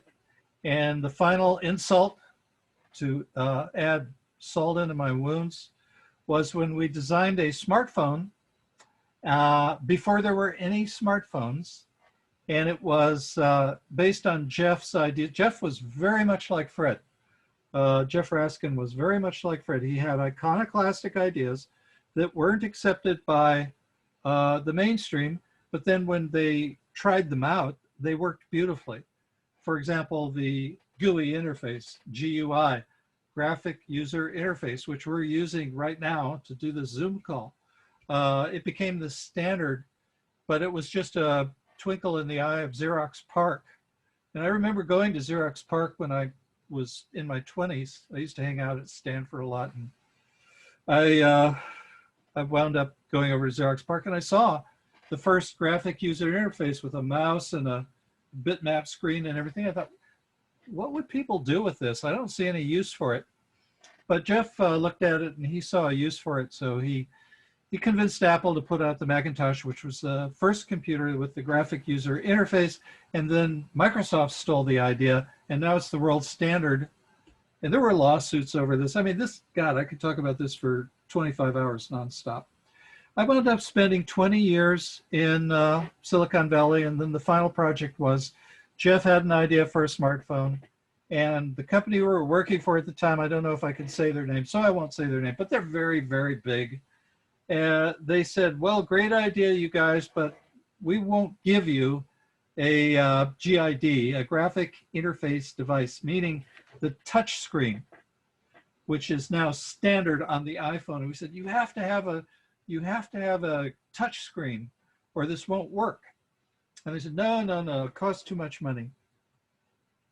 So we basically wrapped up the project, and at that point, that wasn't what made me quit. What made me quit was the iPhone came out 3 months after we closed our doors.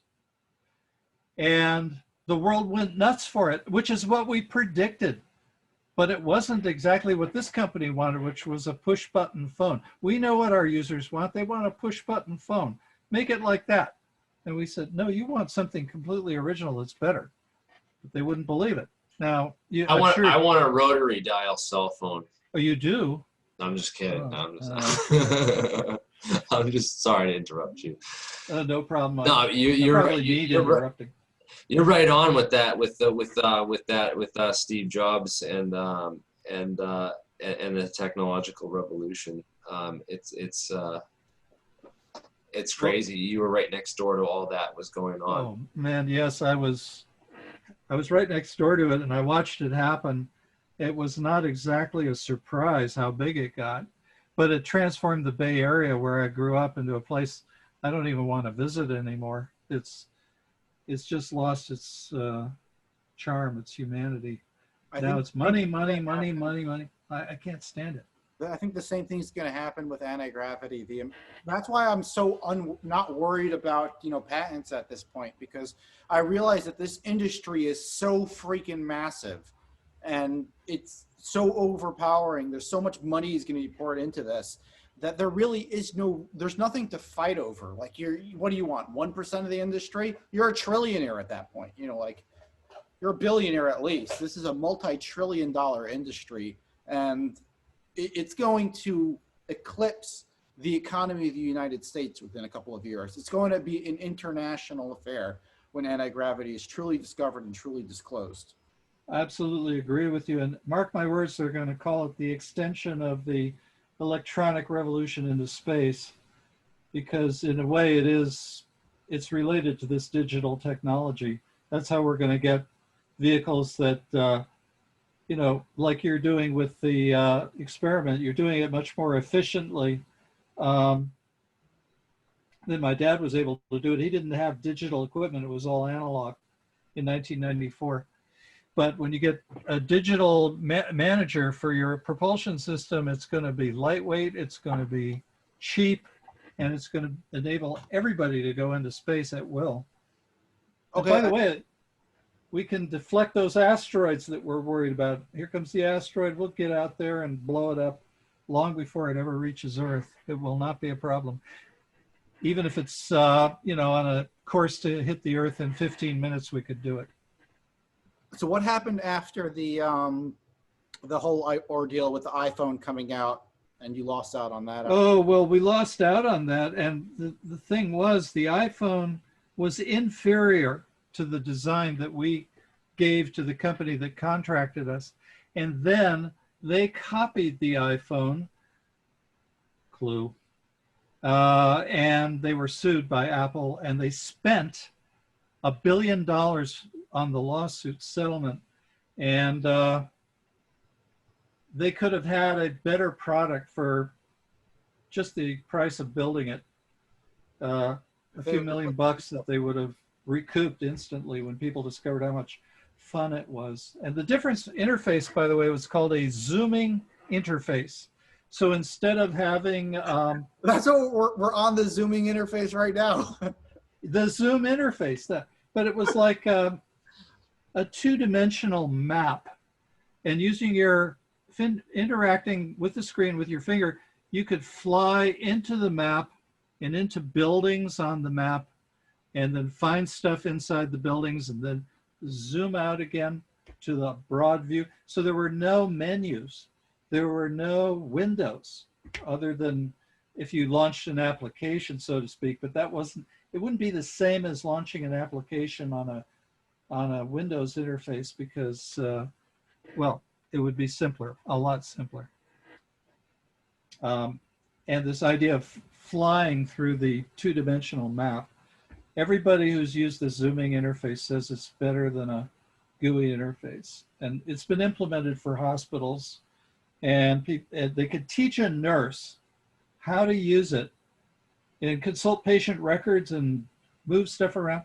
They could learn how to do that in 20 minutes compared to the learning curve with Windows software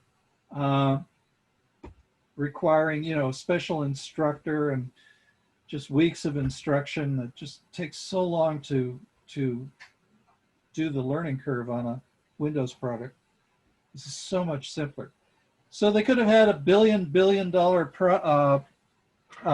product, but they decided to go with the crummy version. That's what made me quit.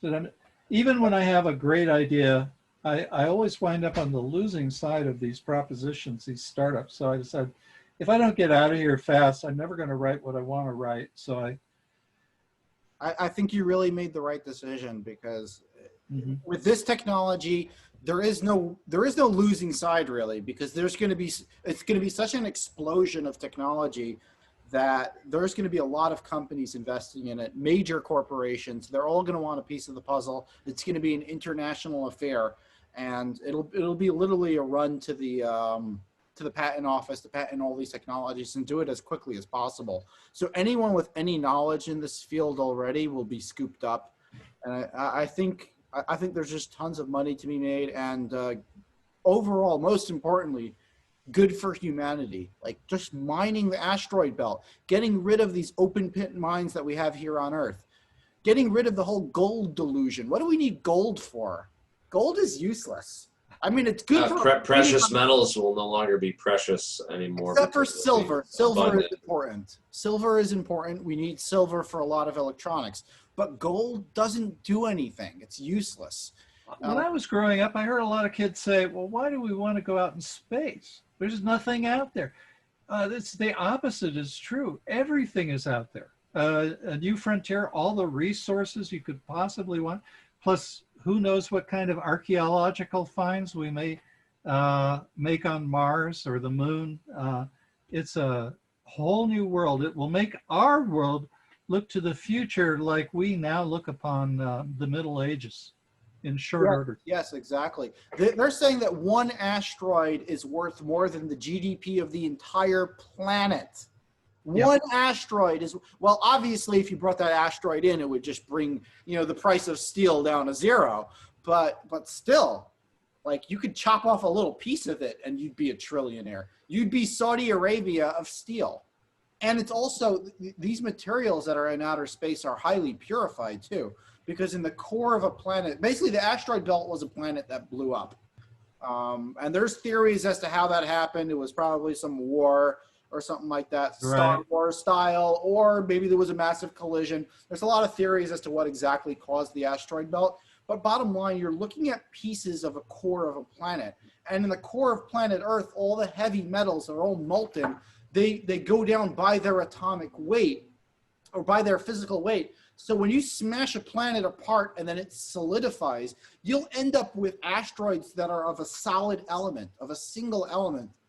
Unless they're in like a transition period section, then you'll have two, or unless there's like two elements that weigh similar amounts.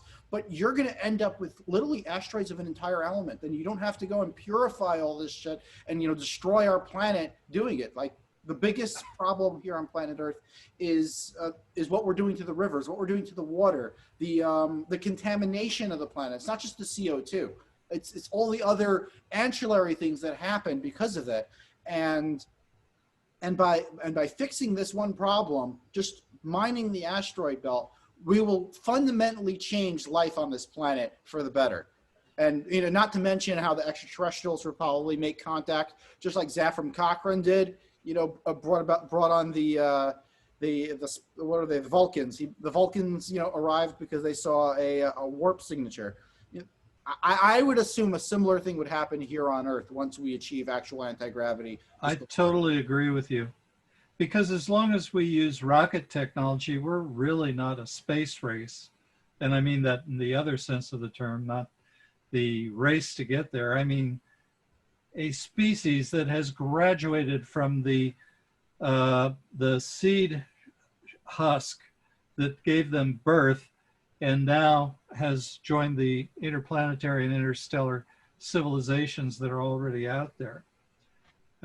And the reason I think we're not hearing them, by the way, is because they're broadcasting on another channel altogether. And that's another technology that has yet to be awakened and may awaken as I think I know what that technology is. It's called spooky action at a distance, or quantum entanglement. It's possible to create two entangled pairs of electrons or protons or neutrons or atoms. So once you get up to a quantumly paired atom of hydrogen, what do? You stick it inside of a device.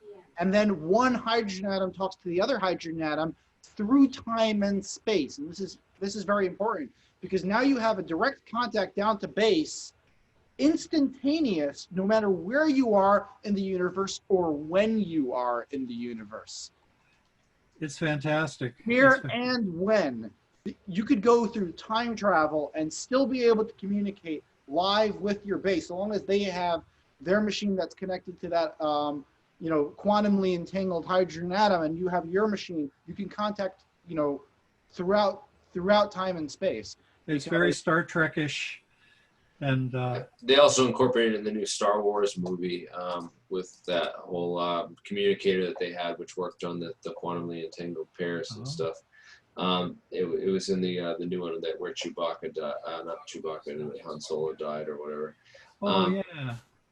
By the way, the abundance of iron is the most abundant, one of the most abundant. I think it's the most abundant in the universe, and it's because of it has the highest binding energy out of all the elements. Actually, it's because it's the element that's created right when it's the lowest element that is. Yeah, it's the last one that stars create. So it's the last ones that stars create before they go supernova. Right, which is why there's so much of it, and then it just creates all the heavier elements in the process of supernova afterwards. So aluminum is a very abundant element in the Earth's crust. I don't know about elsewhere, but makes it easy to build flying saucers. Yeah, aluminum's great. It was the first metamaterial. The first true metamaterial was aluminum. But just don't use aluminum to house your, if you guys want to try to build like the spinning mercury experiment, a bunch of people were talking about in the chat. Mercury creates an amalgam with aluminum. If you put mercury on aluminum, there's some really cool videos of mercury. You put mercury droplets on aluminum and some really weird crystals and amalgams form. So yeah, don't use aluminum if you're going to build a vessel to house mercury because they react. Oh, Here's my pound of mercury. I actually have a couple pounds of it, and wow. I'm not sure exactly what I'm going to plan on trying with it because once I read the OSHA description on mercury, I was a little freaked out. This stuff can damage your brain for life, and if there's a way to do it with heavy water or something like that, I prefer to try, that spin version first because as I understand it, you're just using the mercury because it's a heavier liquid, not because there's something really special about the mercury. You can use water as well. It just doesn't work as efficiently. I think you'll be able to do it with aluminum simply because the decay time for We're nuclear talking about orientation. We're talking about something completely different. Okay. This is spinning the mercury around. We're talking about a different experiment where you spin the mercury around in a chamber, and instead of work, it's sort of like the center of the ARV. So it's the spin version instead of the microwave version. The microwave version is kind of like it's the solid state. It's the advanced tech that the advanced aliens use. When you're trying to build the horse and buggy, you spin it around. This is the horse and buggy version of. Well, he had also mentioned that rotating the sample did different things too, and also maybe processing it like that precession, that weird coin on the edge effect, which was an effect of this precession. Maybe if you were to force the craft at that precession, it could get the gyroscopic effect of these things rotating in that same kind of precession. I want to show you guys something kind of cool. So this guy contacted me from Britain, and he claimed that if I were to mix, I had him on video chat, and he claimed that if I mix mercury with barium titanate, which is like a material that's used to make capacitors, it'll create some anti-gravity effect. So I was like, fuck it. I actually have those two things. I mix them together. So this is what it looks like when you mix mercury and barium titanate. It basically doesn't. I wouldn't want to drink it. I could tell you that already. Oh no, you don't want to drink it. This is this is pretty fucking toxic. But this stuff is what happens when you mix mercury and barium titanate. They don't actually mix very well, but the mercury is a bit dirty. So it hasn't flown off my desk. It's been here for at least a year, sitting inside this pill bottle. Hasn't gone anywhere yet. So there's to that theory. Well, when you have a good theory, then you can aim for a result in an experiment and know right away whether the theory is false or true. Are you guys ready for a tour of the lab? We can show everyone what we got going on so far. Okay. Mark, I can't. I'm not ready for a tour of the lab. For some reason, Zoom is not. I'm clicking on your icon and it's not letting me blow you up. David is locked. Okay, how about now? Well, no, it won't let me. It won't let me click over to you on my main screen. I don't know why. It did this before, and then it stopped, and I was able to click on all of us and blow us all up, and now it's not doing it again. I don't know why. may I just say something about the again. I just made you host. All right, I don't know why it's not letting me choose.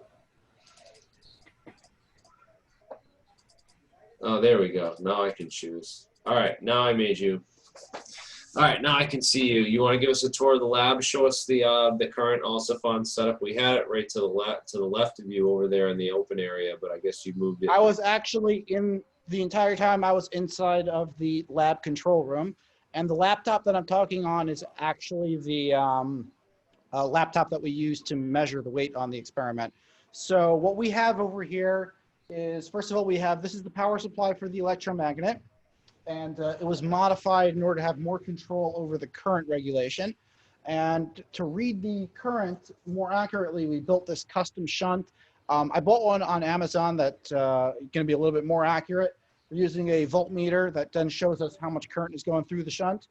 Right now, the power supply indicates 3.9 volts at 4.4, or 3.9 amps at 4.4 volts. So that means we're only using about 17 watts in order to power up the electromagnet. That's all it takes to reach the requisite Gauss reading. This is the traveling wave tube amplifier. It was a tricky thing to find at first. We tried renting one at first and had trouble with that. Then we tried buying one. It was broken. I brought another one, and before the guy shipped it, I told him, listen, I've had problems with these. They're always broken. He was like, no problem. If there's a problem, I'll give you a refund. So he sent it out to me, and sure enough, it was broken, but it was broken in a way that you power it on, it didn't even power on properly. And to an engineer, that means usually easy fix. It's usually easier to fix it when it doesn't power on than when it powers on and something's wrong. So he gave me a refund because I asked him, told him that thing's not working. And I took it apart after I got the refund because he said you can keep it. And I went through the instruction manual on it, which was very well written. Whoever put that together, kudos to him. Explains exactly what parts to check with your amp meter and whatever. I was able to repair it. So I ended up with a traveling wave tube amplifier, basically for free. And this is our signal generator that sends out the signal. It's only able to do 9 to 9.5 gigahertz, but it has a lot of pulsing capabilities. You can see this is the constant wave version of it. There's pulse, there's ×1 divided by 10, and there's all these different knobs that control it. Internally, it's all pretty much mechanical. And the numbers that I've been seeing here on the gigahertz output are way off from what it shows on my signal analyzer. The signal analyzer is inside of the Faraday cage, and it shows us what pulses, what energy is actually coming through. This is our oscilloscope. It's connected to the signal generator, and that's to show us the pulse length that we're set at. So right now, I think we're set at measure, I want display.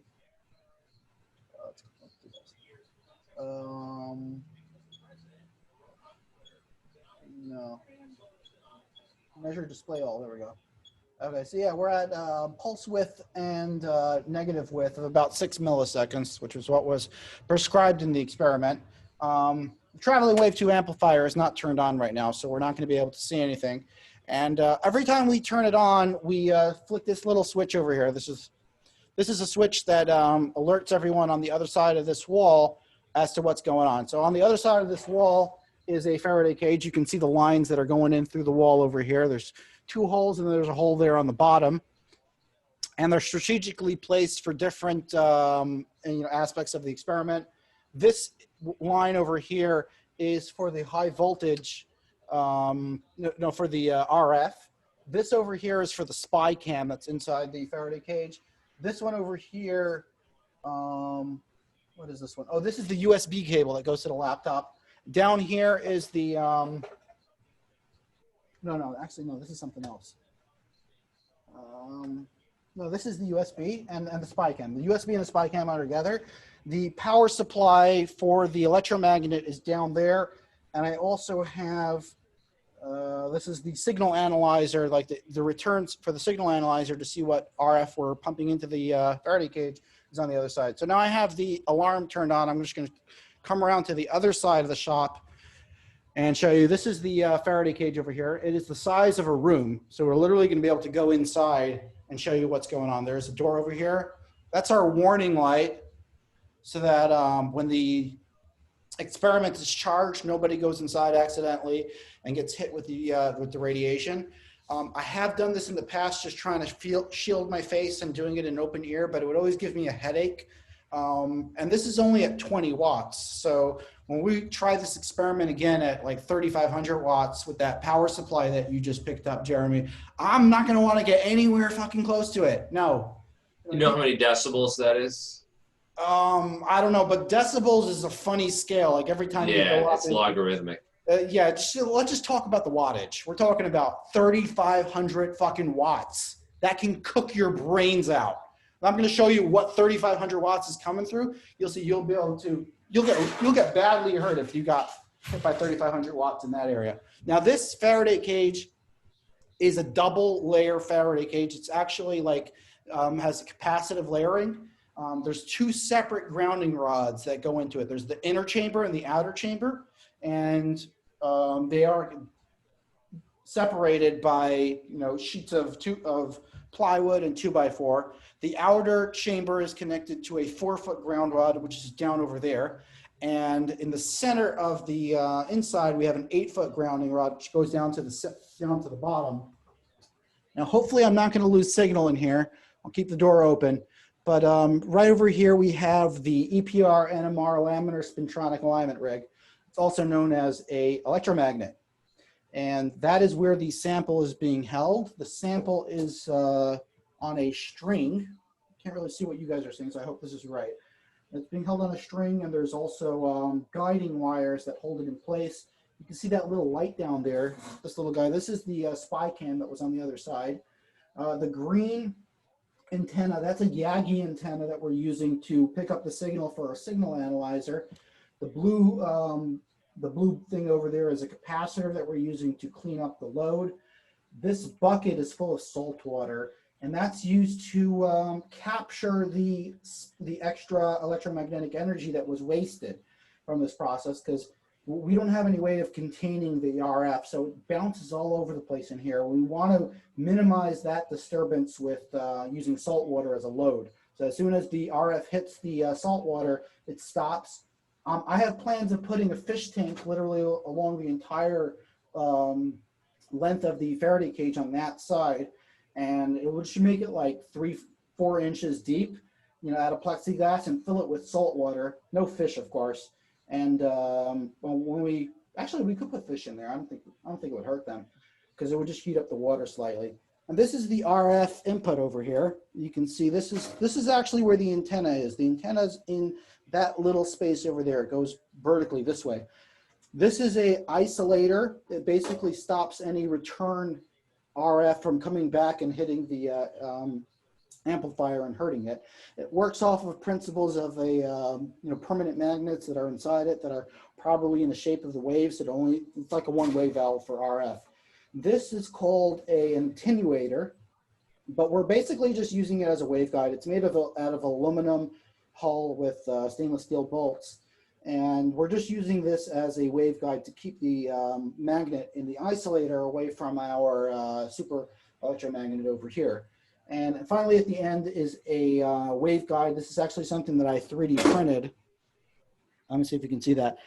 We 3D printed that on the printer here at the shop, and covered it with aluminum foil to, attenuate the signal to direct the signal in the exact direction I wanted to try.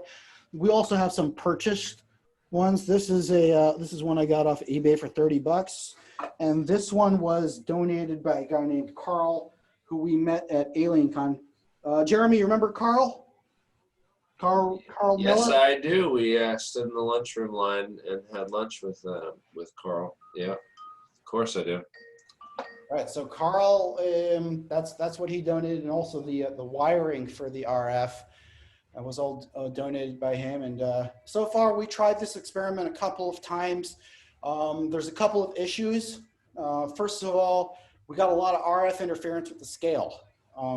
The scale would go off the chart sometimes at specific frequencies. It would go like -200, like numbers that made absolutely no sense. And we had to ground the hell out of it to get rid of all that noise. And that's why the scale looks like it literally has a tin hat on it. No, a tin coat. You know, they're making fun of us for having tin hats. Look how much aluminum it took to shield my little scale. We actually have a bilayer over here between the RF interference point, which is down by the electromagnet, and the scale, which is up here, which probably uses some piezoelectric effect. And finally, after putting in several different grounding wires, he finally got rid of the noise issue. Another issue that we're trying to work out on is the exact Larmor precession frequency, because that is related to the strength of the magnetic field. One number we found on one website was 28.025 gigahertz per Tesla. Then we found another number on another website, which was 27.209 gigahertz per Tesla. And then we met this other a PhD who works for a company that makes NMR tabletop machines, and he actually said it was way lower than that, or way higher, I don't remember. But we're getting all different kinds of information as to what the exact frequency and what the exact Gauss reading we would need in order to run this experiment correctly. So that was something I was really hoping David would be able to enlighten me on, because unless I get that close, there's no way we're going to find it. Oh, well, I let's- can easily find it. So let me do that after the interview here. but don't trust anything you see online, because I found a lot of sources pointing in all different directions, and it's possible that it depends on the sample itself. Like that aluminum has one specific frequency, and bismuth has another, or something like that, and hydrogen has another. So you got to really dive in deep and make sure you're giving me the right Gauss reading for the 9.5 gigahertz that we're running the test at. And Well, let me see what I can. Sorry. I can play around with it a little bit, but there's only so much control I have on the dial to really fine tune it. Let me see what I can find. That's something you can you can pull that up later. It's not necessary Sure. right now.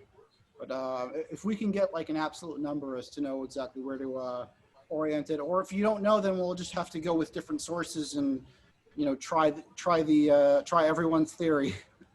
Because for me right now, all it is just to switch a couple knobs, and I have the experiments pretty much set up. We're ready for low power, and Jeremy has this massive power supply he's going to bring down here to the lab when the Klystron arrives, and we're going to do high power. We're gonna fucking cook this place.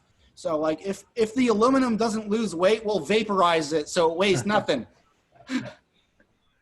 Okay. I promise you that. Okay. So I take it that will take a while then to arrange. And, No, I think it's supposed to be here sometime next week. And Jeremy picked up a power supply that is powerful enough for it. You actually need like a lower voltage, not like the crazy high stuff for T. Townsend Brown. You need like 5,000 to 10,000 volts, but high current. So he was actually at a lab sale, and there was this power supply there, 5,000 volts, half an amp. That's 2,500 watts. That's like 2 microwaves right there. And I was looking at that. I'm like, dude, you got to buy it. Jeremy, how much was it? All right, so this was this is an estate sale. So this is how I found it, people. Just so people know. I go to a lot of like MIT flea markets. Brown has one too. You go to like the big schools that get a lot of money because they have lots of money. It comes from big money. It costs like, what does it cost now to go to Harvard per year? Like 80 grand a year. So they have enough money at these schools where they just, when stuff gets old, it gets fully depreciated after like 2 to 3 years, rather than other universities where it takes like, it can take 15 to 20 years to fully depreciate. So they replace a lot of their equipment a lot faster, and it goes to these MIT flea markets and then gets picked up. So I went to this is how I found this particular sale though. I went on Facebook, Facebook yard sale, and also on Craigslist, and you search for lab. I just do a search for lab and laboratory every day. This is one of my daily routines. I have a list of things I go and do searches for. And that's one of the things. You go to like Facebook yard sale and search for lab or laboratory, and you find these estates. I want to do that right now. Right. No, I'm letting you know my secrets, and I'm gonna get other people digging into my stuff. But this is important because we only got 100 people watching on the live stream right now. We're back down to 106. We had like 130 at one of the high points, which was really awesome. It's kind of unbelievable because people are pointing out I have more subscribers than Richard Dolan and some of these other big channels. Yet they get 700 people watching some of their live streams. Yet we only have 110 people watching this. I kept on bringing that up in the chat, and I'm posting the link to this live stream everywhere. Yeah. You guys, everyone who's watching this right now, go and copy paste this, because disclosure is happening right here on Alien Scientist. This is the real disclosure. Anti-gravity is real disclosure. We're not talking about aliens. We're talking about how to get to the aliens. And that's what's most important. And we're talking about the real people that were involved with some of these programs that were funded by the big aerospace companies and directly related to some of the biggest physicists and some of the biggest scientific minds of our time. And this is where all the real secrets are, is in these classified programs and hidden away in this stuff. And this is what my goal as an alien scientist is to dig into this kind of stuff and expose it. Sorry. may I just say very briefly? Absolutely. Yeah, I just want to remind everybody listening that everything we're talking about in terms of my dad's technology has been on the public record since 1981, including several articles that he wrote for the MUFON Journal that are very detailed technically. And of course, all of his scientific papers. There's nothing classified. It's all been there all this time, and it's absolutely driving me bonkers that nothing has been done about it because of institutional inertia. And it's really time for that to end. So bravo, bravo. You guys are gonna... I have no institutional inertia because I never went to the institution. So having said that, David, can you, someone asked about you commenting on the secret space program, and I just want to I don't want to go there with the secret space program stuff. Like, why don't we just talk about secrecy and in general, like how easy it is to hide, secrecy, especially with, of an intellectual level and on an intellectual level. Well, my dad was never, he never faced outright oppression, suppression, or threats. Never. That never happened. But he didn't get any support either.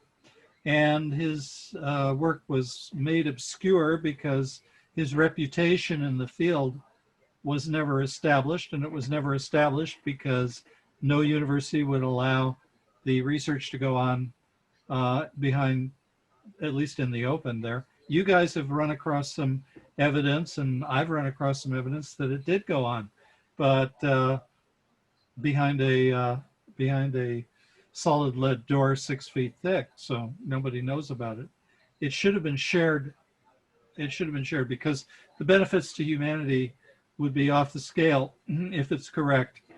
I believe it's correct. I don't disguise that fact, but speaking as a scientist would speak, you have to be careful to couch your words in a certain amount of modest skepticism, modesty and skepticism. Anyway, I think this is the right way to go with research. But when you're talking about secrecy, it's just pathetic what's happened since 1947. The instincts of the people at the Roswell Air Force Base was to just tell everybody everything.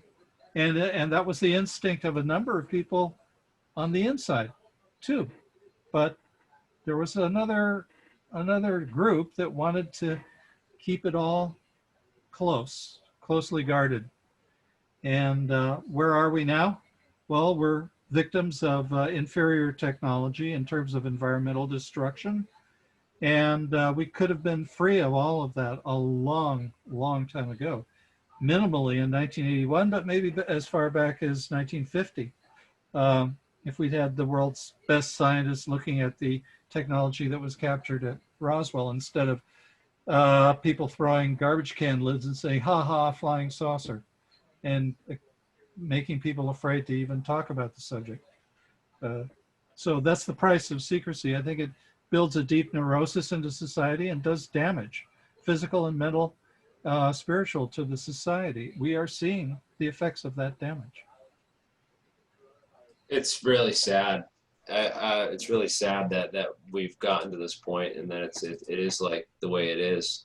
But I think you're right. The skepticism needs to end, and I think once we crack the technology and are able to demonstrate this and show this, and if indeed nuclear magnetic resonance plays a role in the actuation of gravity, I think that is something interesting and worth finding. So Mark, let's talk about these experiments and where you and so Jeremiah had come down to the lab, and he was working with you on setting up some of these experiments, and you guys had gotten to a point, and then Jeremiah had to go back, and you're still working on this. He really comes down here to work on the Falcon hybrid stuff, and we work on Falcon space on the side. My main job is actually hybrid battery refurbishment, and that's what you see behind me. these hybrid battery modules. So if anyone out there has a hybrid vehicle, needs a hybrid battery replaced, come to us, and the proceeds may go toward anti-gravity, craft or anti-gravity experiments, because I'm trying to just push in the direction of a cleaner planet. So we start with the hybrids, and we're pushing for the anti-gravity stuff, which will be energized probably by hydrogen fuel cells. I don't want to be rudely interjecting anything here, but have we been ignoring the audience? Are there any questions out there that I could answer before we go on? I asked everybody. I've been asked several times. Everyone has questions to ask them in caps, and I've been monitoring the chat and trying to keep track of all the best questions and that we need to ask. And I brought all the ones I believe up that were relevant and stuff. We will get to those. If anyone continue to ask questions, if you're in the chat, just type in all caps, and we'll try to get to your question and ask it live with our guest. We're nearing 2.5 hours now, and sitting here into the stream, and I probably have about a half hour left in before I'm about we're probably going to end this around midnight tonight. So get your questions in now if you have them, and we're trying to wrap this up. Of course, the experiments are ongoing. As we said, we've ordered a new Thyratron to try this at a higher energy and a higher power at a Klystron and at 6.2 gigahertz to work with the new wave. I got a bunch of these waveguides at that lab. So back to what I was saying about the lab sellouts and stuff. So you search for laboratories and you find these estate sales. And what this was a scientist who ran a laboratory that was up here locally in North Dighton. And the guy had purchased the property with his brother, and they're trying to turn it, repurpose the property into it. Jeremy, you got to change the screen so that you can see you. Yeah, no, it is. It is. It's on me now. So, anyways, they had an estate sale of all this old scientific equipment, and I had gone there and talked to the guy, and I told him about what we were doing and about some of the research that we were engaged in and stuff. And I think that made him willing to sell these things to me at a lower price, because really that power supply that I picked up, the 5,000 volt, 500 amp power supply, was he gave it to me for $50, and it's probably worth more than that. It's easily worth more than that in just scrap alone. The thing weighs a ton. It weighs not a ton. It weighs probably about close to 200 pounds. Close to 200 pounds, I'd say. It's really fucking heavy.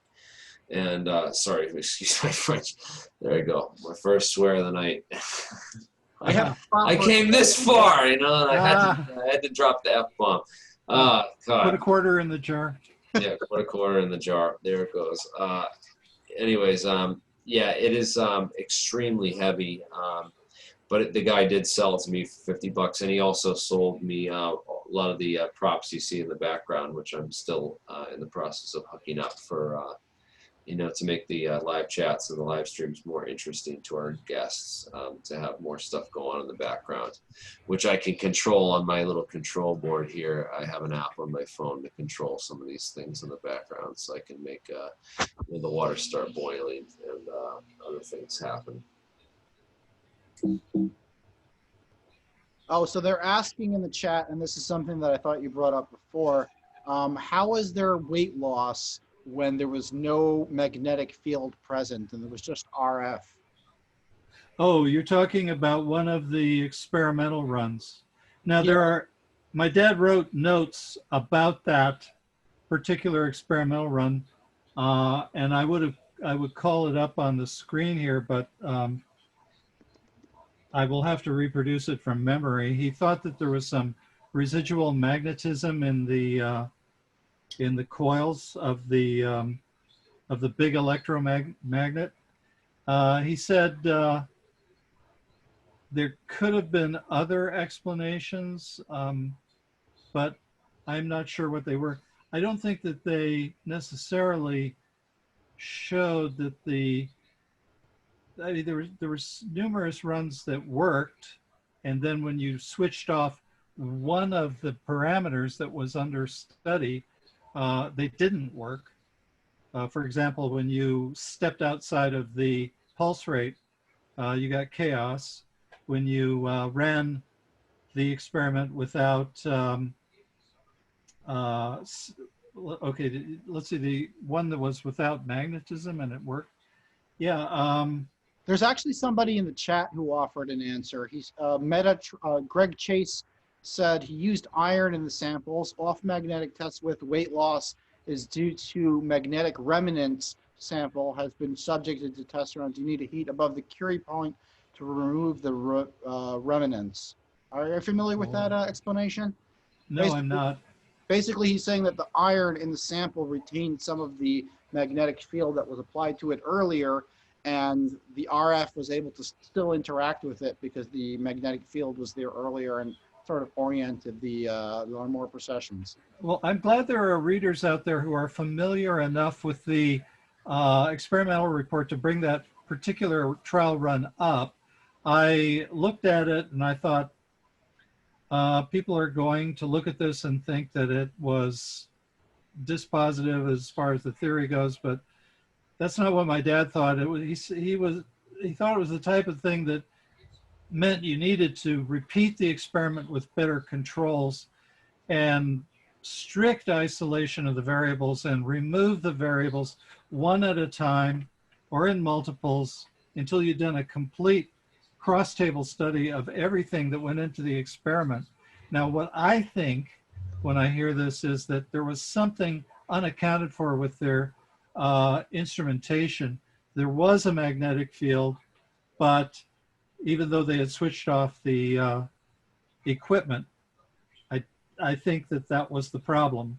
And what your audience member brings up is the possibility that the iron,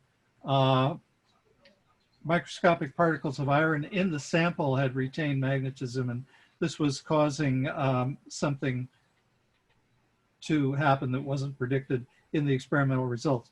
But then you look at all the other experimental results and they're very encouraging at the very least. So I don't think this that particular run was a disaster. It just tells you that you need to do a better version of the experiment next time. That's all. Further research is necessary because there shouldn't have been weight loss in the first place. The fact that you have it on, control, or what, they would consider a control, doesn't necessarily mean that there's nothing happening. It means that we don't understand it fully. Well, also notice that when you were, during the successful runs, if you look at the charts, there's that zigzag pattern going down, which was predicted by the theory. And then when you switch off the microwave pulses, the weight returns to normal in a smooth line. So this was also predicted. There were so many things that were predicted that did happen that this definitely means that this is worthy of further investigation. And that's why I included that particular chart in there. I didn't want to hide anything and then have people come along later and say, well, you hid that chart from us because you didn't want us to see the whole picture. Also, that I think there was an Amazon review where somebody was irate about that chart and said that there was an attempted concealment from the investor. No, the investor was present when that particular run occurred. And so nothing was concealed ever. That was totally out of character for my dad to conceal anything. That's another reason I put it into the book. No, it just means a better set of experimental devices needs to be built and better runs. For example, nuclear orientation, there needs to be some way to measure that and make sure that it's taking place in the sample. And I'm not sure that that was done during the first run, and Marcus said it's going to be difficult to measure it. I'm not sure if it's possible to measure it, so don't count me on that. It might be very easy to measure, or it might be impossible. I don't know. But it's no kind of a test at all unless dynamic nuclear orientation is taking place. We'll And have an yeah, expert on dynamic nuclear orientation. And I actually know somebody who knows one who worked at an EPR machine back in the 80s, I think, and has since retired. His father-in-law was an EPR expert. So we're in contact with somebody who knows this stuff really well. And from what we've heard so far, the magnetic field needs to be extremely laminar, and you need to have a lot of control over the RF, more than what we have right now. I see. So You need to be able to control that pulse width, and the square wave has to have very sharp sides on it like that, or you won't get the effect. yes, that is true. Does everybody understand that the reason this is expected to work is because it is analogous to cryogenic freezing, adiabatic demagnetization of paramagnetic salts is a proven method for bringing the temperature of test samples down to within a hair of absolute zero. This is a way of doing the same thing that cryogenic freezing does on a molecular level, but we're doing it on a subatomic level. The processes are analogous, almost perfectly analogous.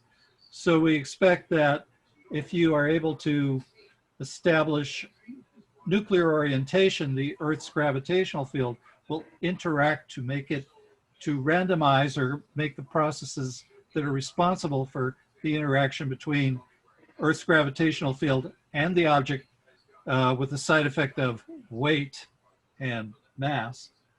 Those effects will be lessened because of the work that the gravitational field has to do on the oriented nuclei of the sample.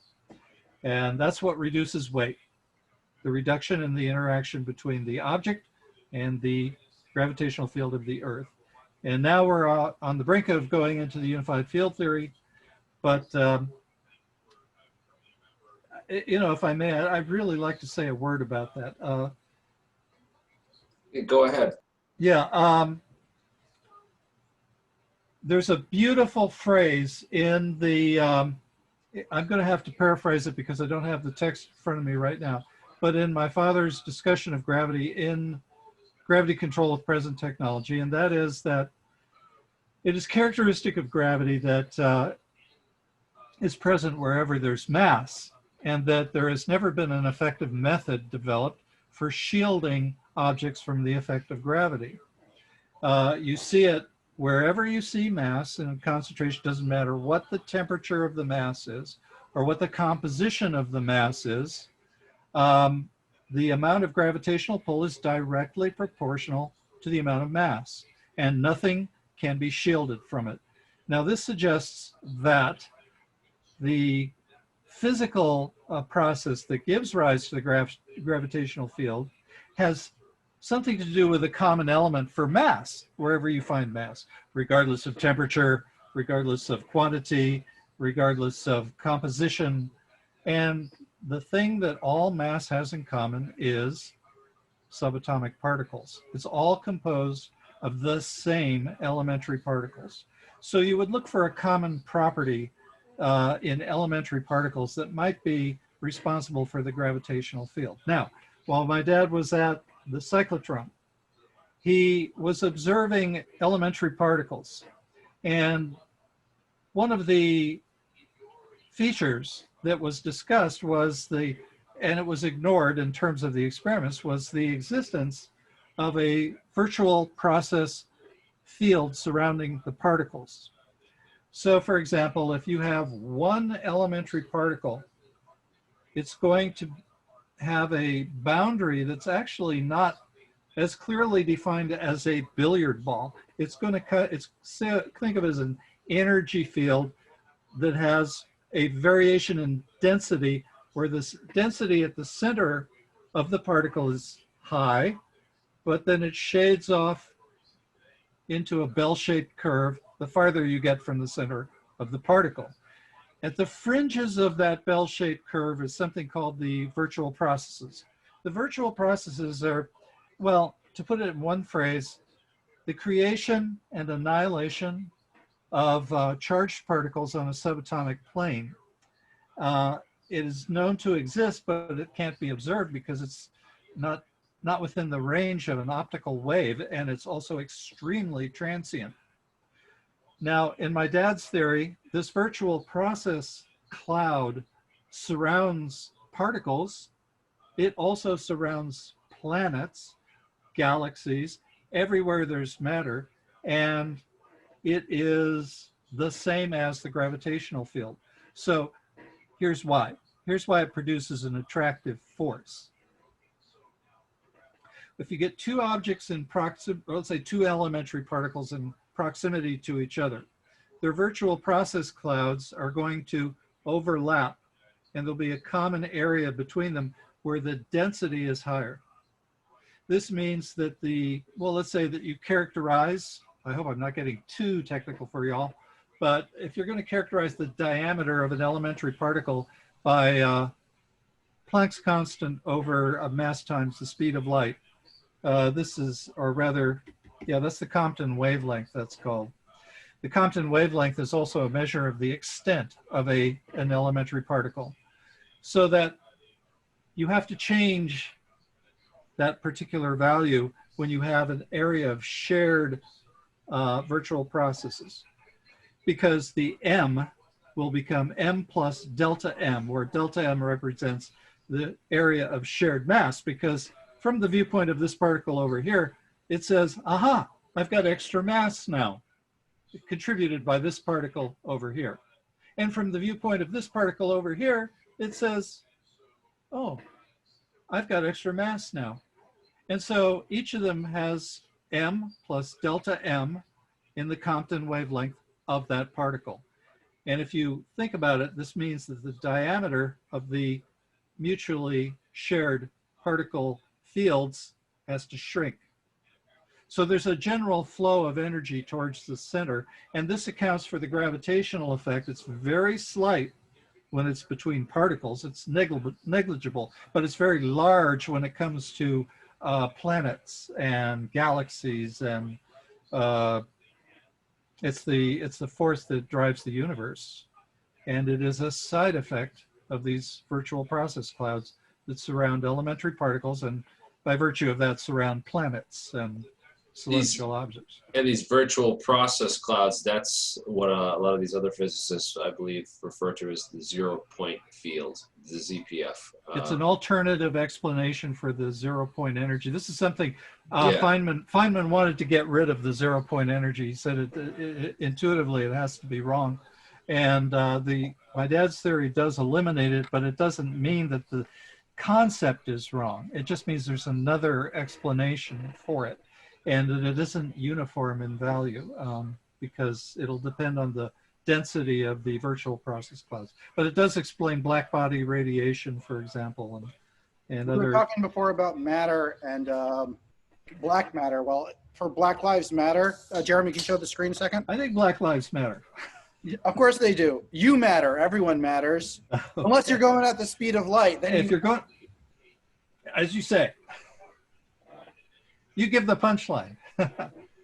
Yes, of course. Like the energy is, times the speed of light. The matter. Right. Light. Oh, and by the way, we're showing you. Within the framework of this is beautiful. I have to interject this. Within the framework of my dad's theory, the speed of light is not an absolute limit to acceleration. There is no speed of light barrier.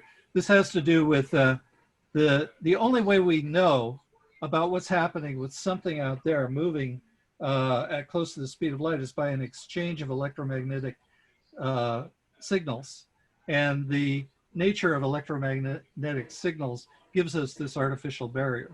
So this is, by the way, I'm soon to publish 3 lectures that my dad gave on relativity, which will explain this in greater detail. I found them among my tapes, and I digitized them, and now I have to what's the word? I have to transpose them to words on paper and publish them as a lecture series, but I haven't done that yet. Anyway, within the framework of the theory, it's an apparent barrier but not an absolute barrier. And if you have a way to counteract inertia through this process that we're beginning to experiment with here, we should be able to neutralize it for an object moving in space. And the objection, of course, has always been the closer you come to the speed of light, the greater the mass becomes of your vehicle, and finally it becomes infinite and you can't break through that barrier. Nature doesn't like infinities. There's usually some kind of a threshold phenomenon that occurs when you translate from one form of one form of matter to another, and there should be something happening at the speed of light. But the speed of light is not a barrier. You can go many times the speed of light if you can cancel inertia, and that is something I expect to see happen. If our experiments are successful, we will have faster than light vehicles as a side effect of this. It's interesting that you pointed out about how nature doesn't like infinities, and yet infinities is the speed of light is like cited as this infinity. You know, this speed limit, this ultimate speed limit in the universe. So we always get the speed of light is. It's just interesting that, you know, nature doesn't like infinities, and that yet the main explanation that are given to us by these celebrity physicists like, you know, Tyson and Kaku and all the other physicists that kind of parrot that rhetoric is that the reason aliens can't exist or can't get here is because Einstein and the speed of light, and you can't go faster than the speed of light, and that just the distances just make everything way too far to travel. And yeah, if you're going sub-light speed, they're too far to travel, but not if you're going 100 times faster. Yeah. Well, the whole issue goes back to quantum mechanics. What is gravity? We still don't know what gravity is. Our best physicists can't describe what gravity is. You know, your dad was one of the physicists that tried to set up some experiments back in the 1980s to figure out what the hell is gravity. And it obviously had some merit to it, or else Boeing wouldn't have funded it, and they wouldn't have told him it was going to be classified more top secret than the Manhattan Project. To be clear, it was Air Force who told the Air him. Force. Yeah, and also Boeing did not fund gravity research, at least to my knowledge. They didn't tell my dad about it. I think after he walked out of that Air Force meeting, his name probably went on the shit list of scientists to work on alien technology and to work on projects that he would have given his everything to be a part of. And so he didn't take part in those experiments. But I don't know. I'm sorry I interrupted. Well, no, the people that they hire to take part in those experiments are scientists that they know that they can control through other means and other situations. That they know enough about their personal lives and their livelihoods to know that they can control them, and that they won't ever speak out because they're an economic situation, their family situation, and lots of other multi-layered things that go into what are called the dark arts of intelligence. Which is something I won't get into here, but it does exist, and we have to be aware of it as researchers moving forward through all this. It's interesting that your father's research, it parallels a lot of ways to like people like Byfeld Brown, who was told, like the way they kept it secret was by just ignoring him, while carrying on his research through other contractors privately, contractors who could be controlled, people who didn't have, your father's saintliness and his sort of, like the drive that people like myself and the people that we work with have to really benefit humanity, rather than the people that are stuck in situations where they have to benefit themselves and those immediately around them. And yes. That's the price that has cost us. It has cost us dearly to follow that policy, and that would be very beneficial if we gave it up. But the obvious fear is that somebody will get a weapon that is superior to anything we have, and we'll be at a strategic disadvantage, and correspondingly, we'll be at a strategic advantage if we have this technology. One of the reasons I wrote the book, by the way, was because I knew that paper had been out there for 36 years at the time I got started on it. And I also knew that one of my father's books wound up in every single technical library in China. So while the academics and the military people were busily, to my knowledge, busily ignoring the potential of his technology, it occurred to me the Chinese might not be burdened by that kind of a prejudice.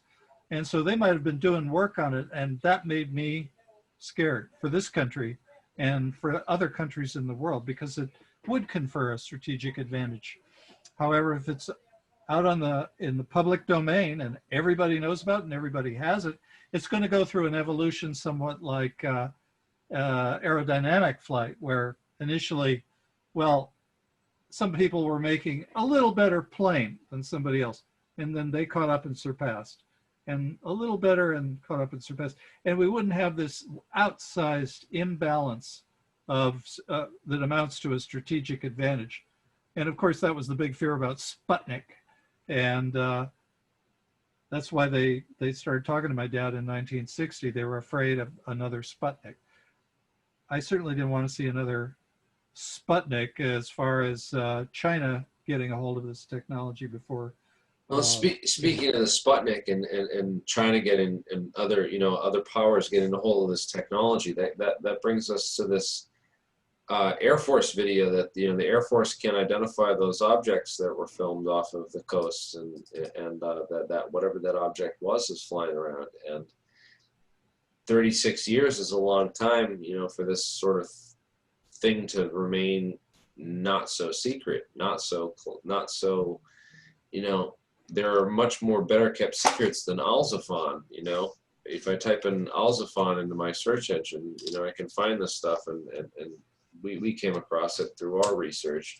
Yeah. Into all the stuff that we were doing the digging on all the government research into anti-gravity, and this was one of the. But when I told you about it, Jeremy, you've never heard of it before.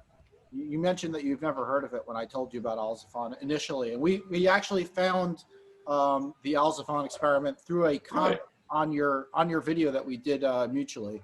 Right, and this is where we pride ourselves in. Like, I put out a thing and I said, hey, Hubbard Brothers, we came out with this theory page, and to compete with TTSA, because TTSA was sort of this a bunch of these government people like Elizondo and all these like ex-CIA people teamed up with this rock star front man, Tom DeLonge, to start this To the Stars Academy. And I wanted to compete with them to be like, well, these guys aren't talking about half the technologies and the stuff out there, the stuff that I come across in my research, and why isn't that?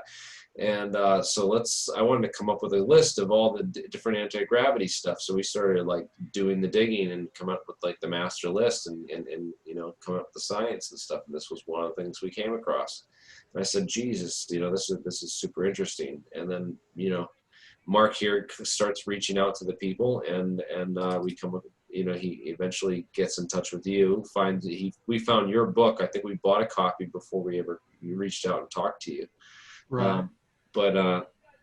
Yet here we all are, and we're live in front of an audience of 125 people, and thousands of more will see this by the time it makes the rounds, which is cool, because we're digging into this stuff for real and finding out that that these people did exist, and then these are their stories. Yeah. Now, Mark, you had an experience that suggested that the military was working on my dad's technology. Oh, yes. So when we were at Alien Con, I went into one of the main lecture halls, and there was a panel of like most of the speakers were on a panel. So it was like the master panel of all these speakers. And I came up to the Q&A section, wanted to ask a question. There was a lady in front of me who was talking about her fancy crystals warding off demons and, some crazy bullshit that there wasn't even a question mark at the end of it. And they decided to shut down the panel right when I got up to the mic. And it was like, obviously that they were shutting it down so that I can't talk to them. It was so obvious that the producers themselves, the speakers, came to the edge of the stage to talk to me. They're like, we're really interested. You look like a cool guy. I was wearing the white lab coat and everything. And I got up to them and I was like, tell me about Alzofon. What about anti-gravity? Anti-gravity disclosure is where it's at. And this guy pulled me aside. He's like, let's go walk over there. I'll talk to you about Alzofon. And I followed him, you know, through the path that where they are able to leave the lecture hall. And he whispered in my ear, dude, I worked for the Navy. We replicated the Alzofon experiment. The results are classified. That's what he told me there at AlienCon. The results in 2019 were still classified from your dad's experiment. And that was like, holy shit, something's going on. We really need to do Alzofon now. Well, yeah, he was shielded by his obscurity during his lifetime. He never got to see one of his vehicles fly. But I will say, at least they left him pretty much alone. There was one call from a drunken officer of the Black World. I won't identify the agency. But that guy had a question about UFOs, and he said, how come they're so damned heavy? I have a question for you. How come they're so damned heavy? If I like your answer, I'll give you unlimited funding. Well, my dad gave him the answer, and he liked the answer, and he offered him unlimited funding, but my dad wouldn't have anything to do with that world. At least he was consistent. So it came to naught. It was the second time that he was offered funds from the government. But what was the answer? The answer is that they're so heavy because if you have a heavy object, it will store more nuclear orientation. It's like a balloon that has room for more hydrogen in it. And therefore, a denser material, if you can pump it full of nuclear orientation, which requires more power, you need a better power plant. But let's assume that the weight is run up by the necessity of having a high-powered power plant. Oh, I get it. It's sort of like matter or mass in and of itself is a reservoir, like a capacitor of electricity. It's a reservoir of nuclear orientation. So if you got these big megalithic blocks and you were to make a pyramid out of it, it would basically just be a massive reservoir of nuclear orientation for the craft. Another way of looking at it is that the Earth's gravitational field has to penetrate a denser material and more of it in order to have the effect that the Earth's gravitational field normally does, which is to create weight and mass in that object. And therefore, having a very dense vehicle with a lot of molecules in it and a lot of atoms is going to be a better reservoir for the dynamic nuclear orientation or the nuclear orientation effect that gives you zero gravity. That was his explanation. Well, then when you shut it down, it's going to make a deep landing impression in the ground. And this has been observed many times with the UFOs. Their landing gear makes deep marks in the ground, meaning they're heavy as hell. What's your thoughts on the EM drive, the M drive? It's basically it's a cavity sort of shaped like this, made out of copper, and you are inserting microwave energy into it. For some reason, it moves.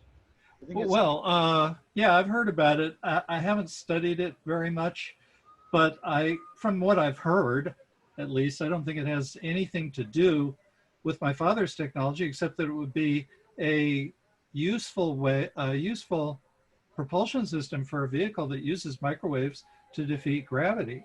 You could just drain off a little bit. And by the way, let's talk about crop circles. You could drain off a little bit of that microwave energy into one of these propulsion systems, and you could fly through space very cheaply and very fast, super fast. But, and right now, the problem with that propulsion system, as I understand it, is it doesn't develop much thrust. Well, if your vehicle has no inertia, it doesn't matter that develops very little thrust, it's still going to go like a bat out of hell. But to come to the issue of crop circles, my dad wrote an article for the MUFON Journal, and as last time I looked, it was online. You can find it. Citation, I don't have it off the top of my head, but I think it was 1994, about then, MUFON Journal, July, possibly. Anyway, crop circles also display this technology, but in reverse, you see. If you seed a field with, often before the crop circles form, you'll see orbs flying around the field. And what are they doing?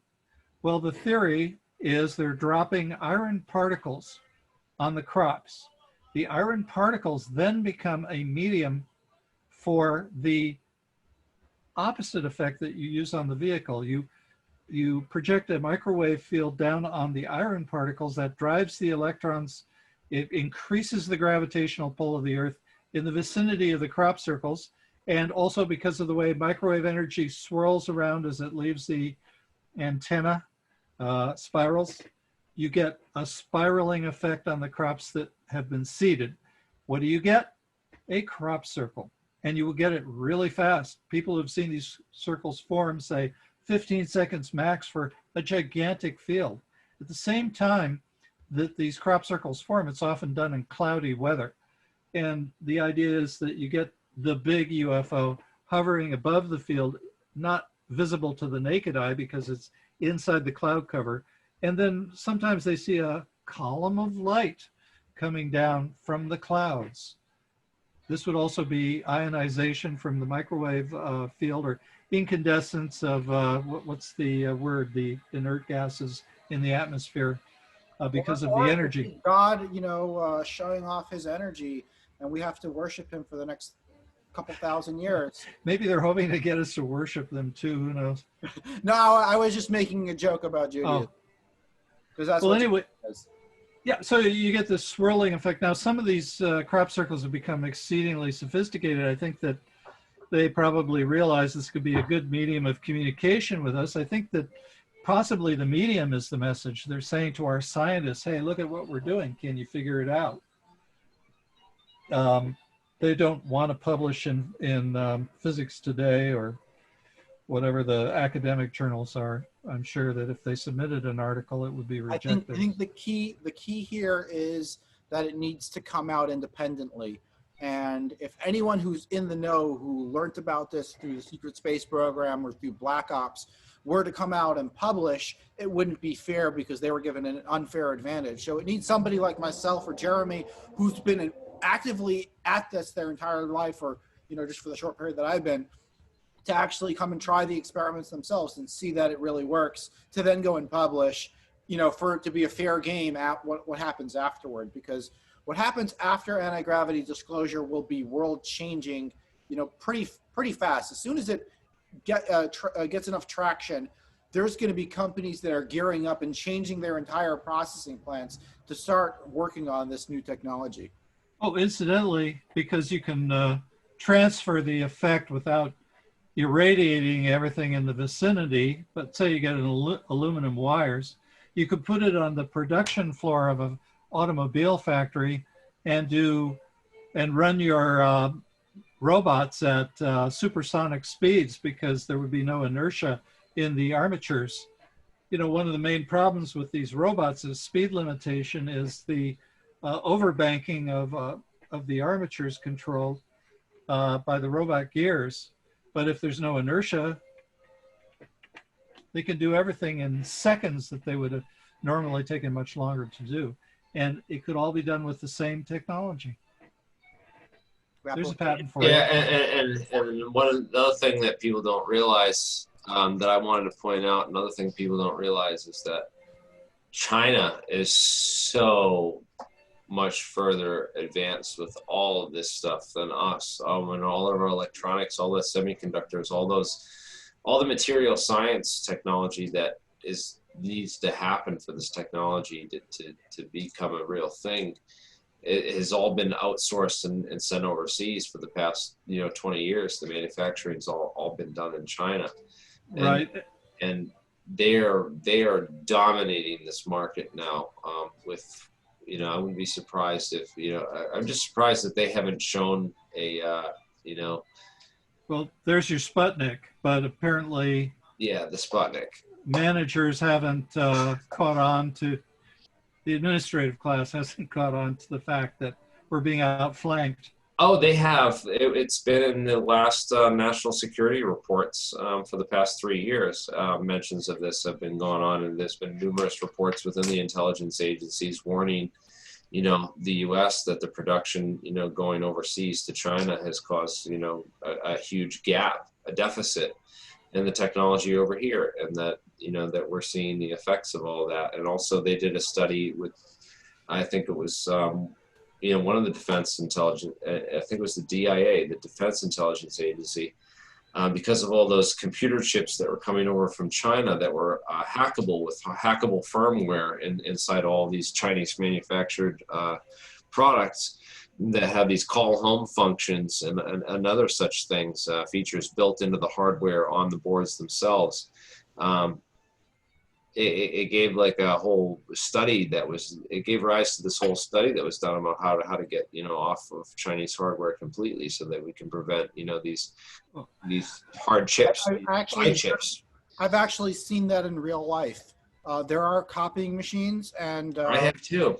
When I was down in Huntsville, they were actually telling me about it. That this copying machine has this Chinese hardware software combination that when it's pinged by its mother company that knows that it's in like some lab somewhere, and you're making a copy of some, secret IP, they're sending it straight back to manufacturing there in China.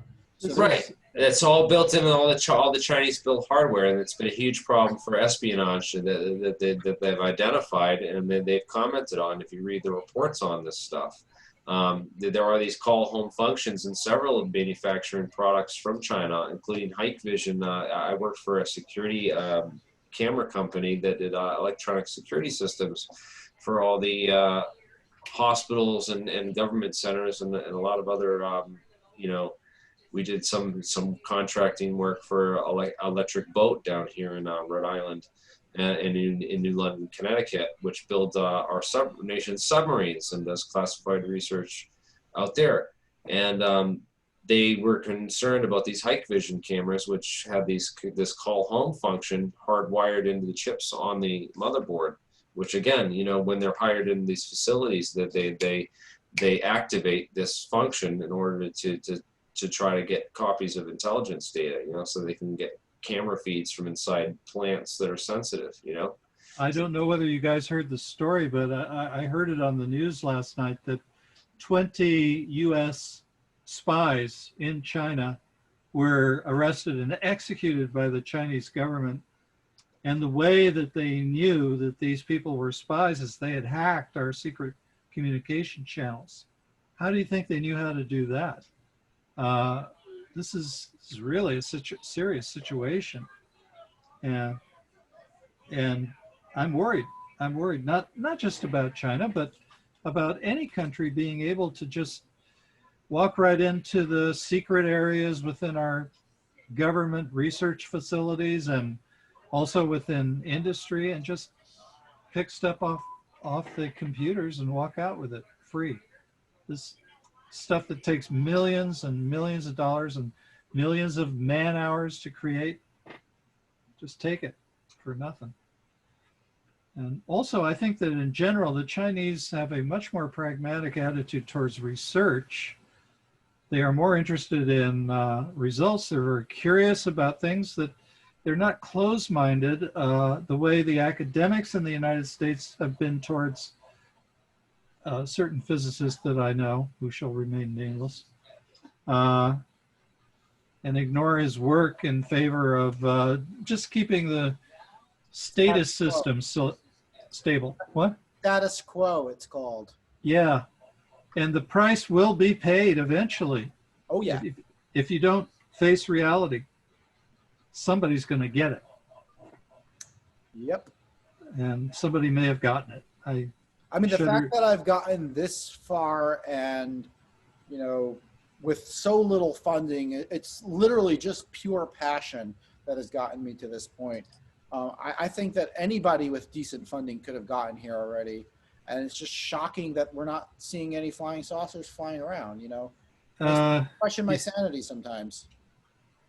yeah, yeah. Well, you know, the new We world do is see coming. them. though. There's like numerous reports. There's like videos of them daily getting posted. Yep. Yeah, but I'm talking about like in the open world. Why are we? Yeah. Why is flying this saucers at us? technology still like top secret and still like a hush hush thing? It's not going to be for long.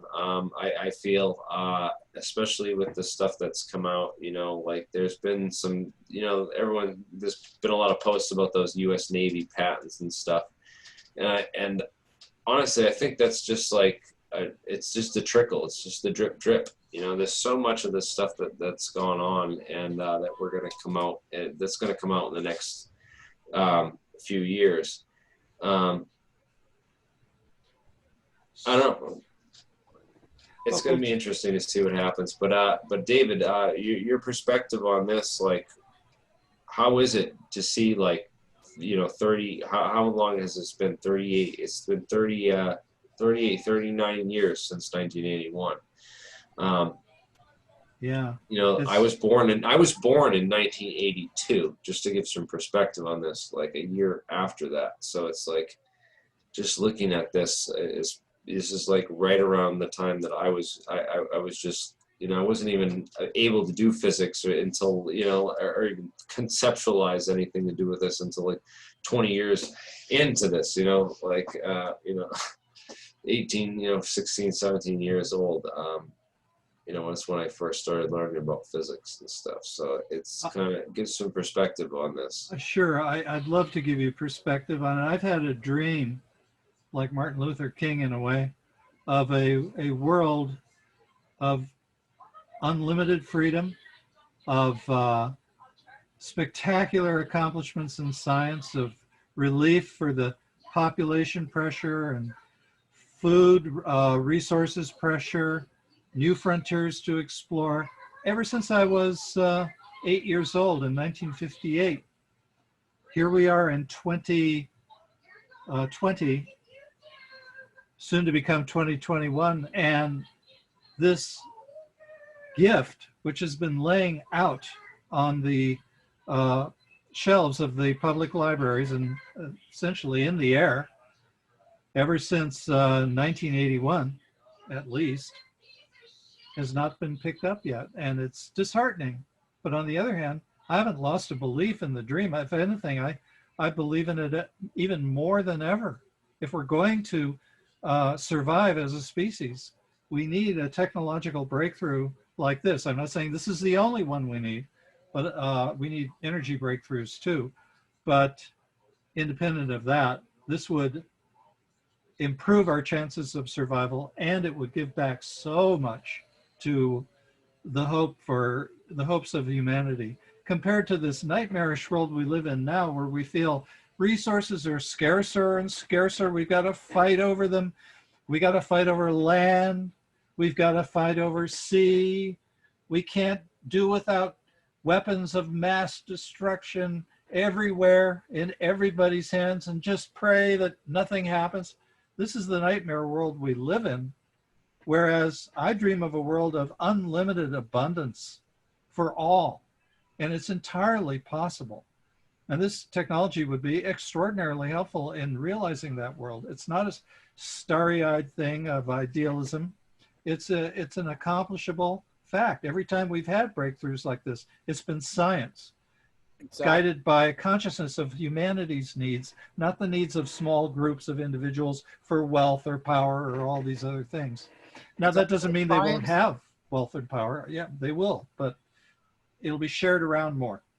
And science is pushed forward through technology and through engineering, through actual application of the physical, in the physical realm. And you know, that's what I'm striving to do. But right now I'm noticing in the chat group, there's a lot of people that are clearing out. They're saying it's getting very late. I'm getting very tired myself. Okay, then. Yeah, I am too. We're nearing we're over 3 hours now. And anyone who sees this is going to be, you know, overwhelmed and not going to dig in. So You we're could going break to it end up. this soon. Yeah, I'm absolutely going to go back over this and do what Joe Rogan does with JRE clips, and clip down some key segments. I think we covered some key areas and some really important key stuff. Was mentioned that I'm going to go down and make a highlights reel and sort of like Definitely boil this down like we do in the background with our you know, my experiment with our purification in the condenser tubes. You know, where we're boiling things down and purifying constantly. You know, so hey, oh wait, they can't hear me. Sorry. Ah, crap. I'm the mute function. I have the mute. This is why I need the person to join to like control my stream, because they can hear me. You guys could hear me on the Zoom. But anyways, it's a good time to wrap up, guys. You know, we're all tired. It's been on 3 hours now, and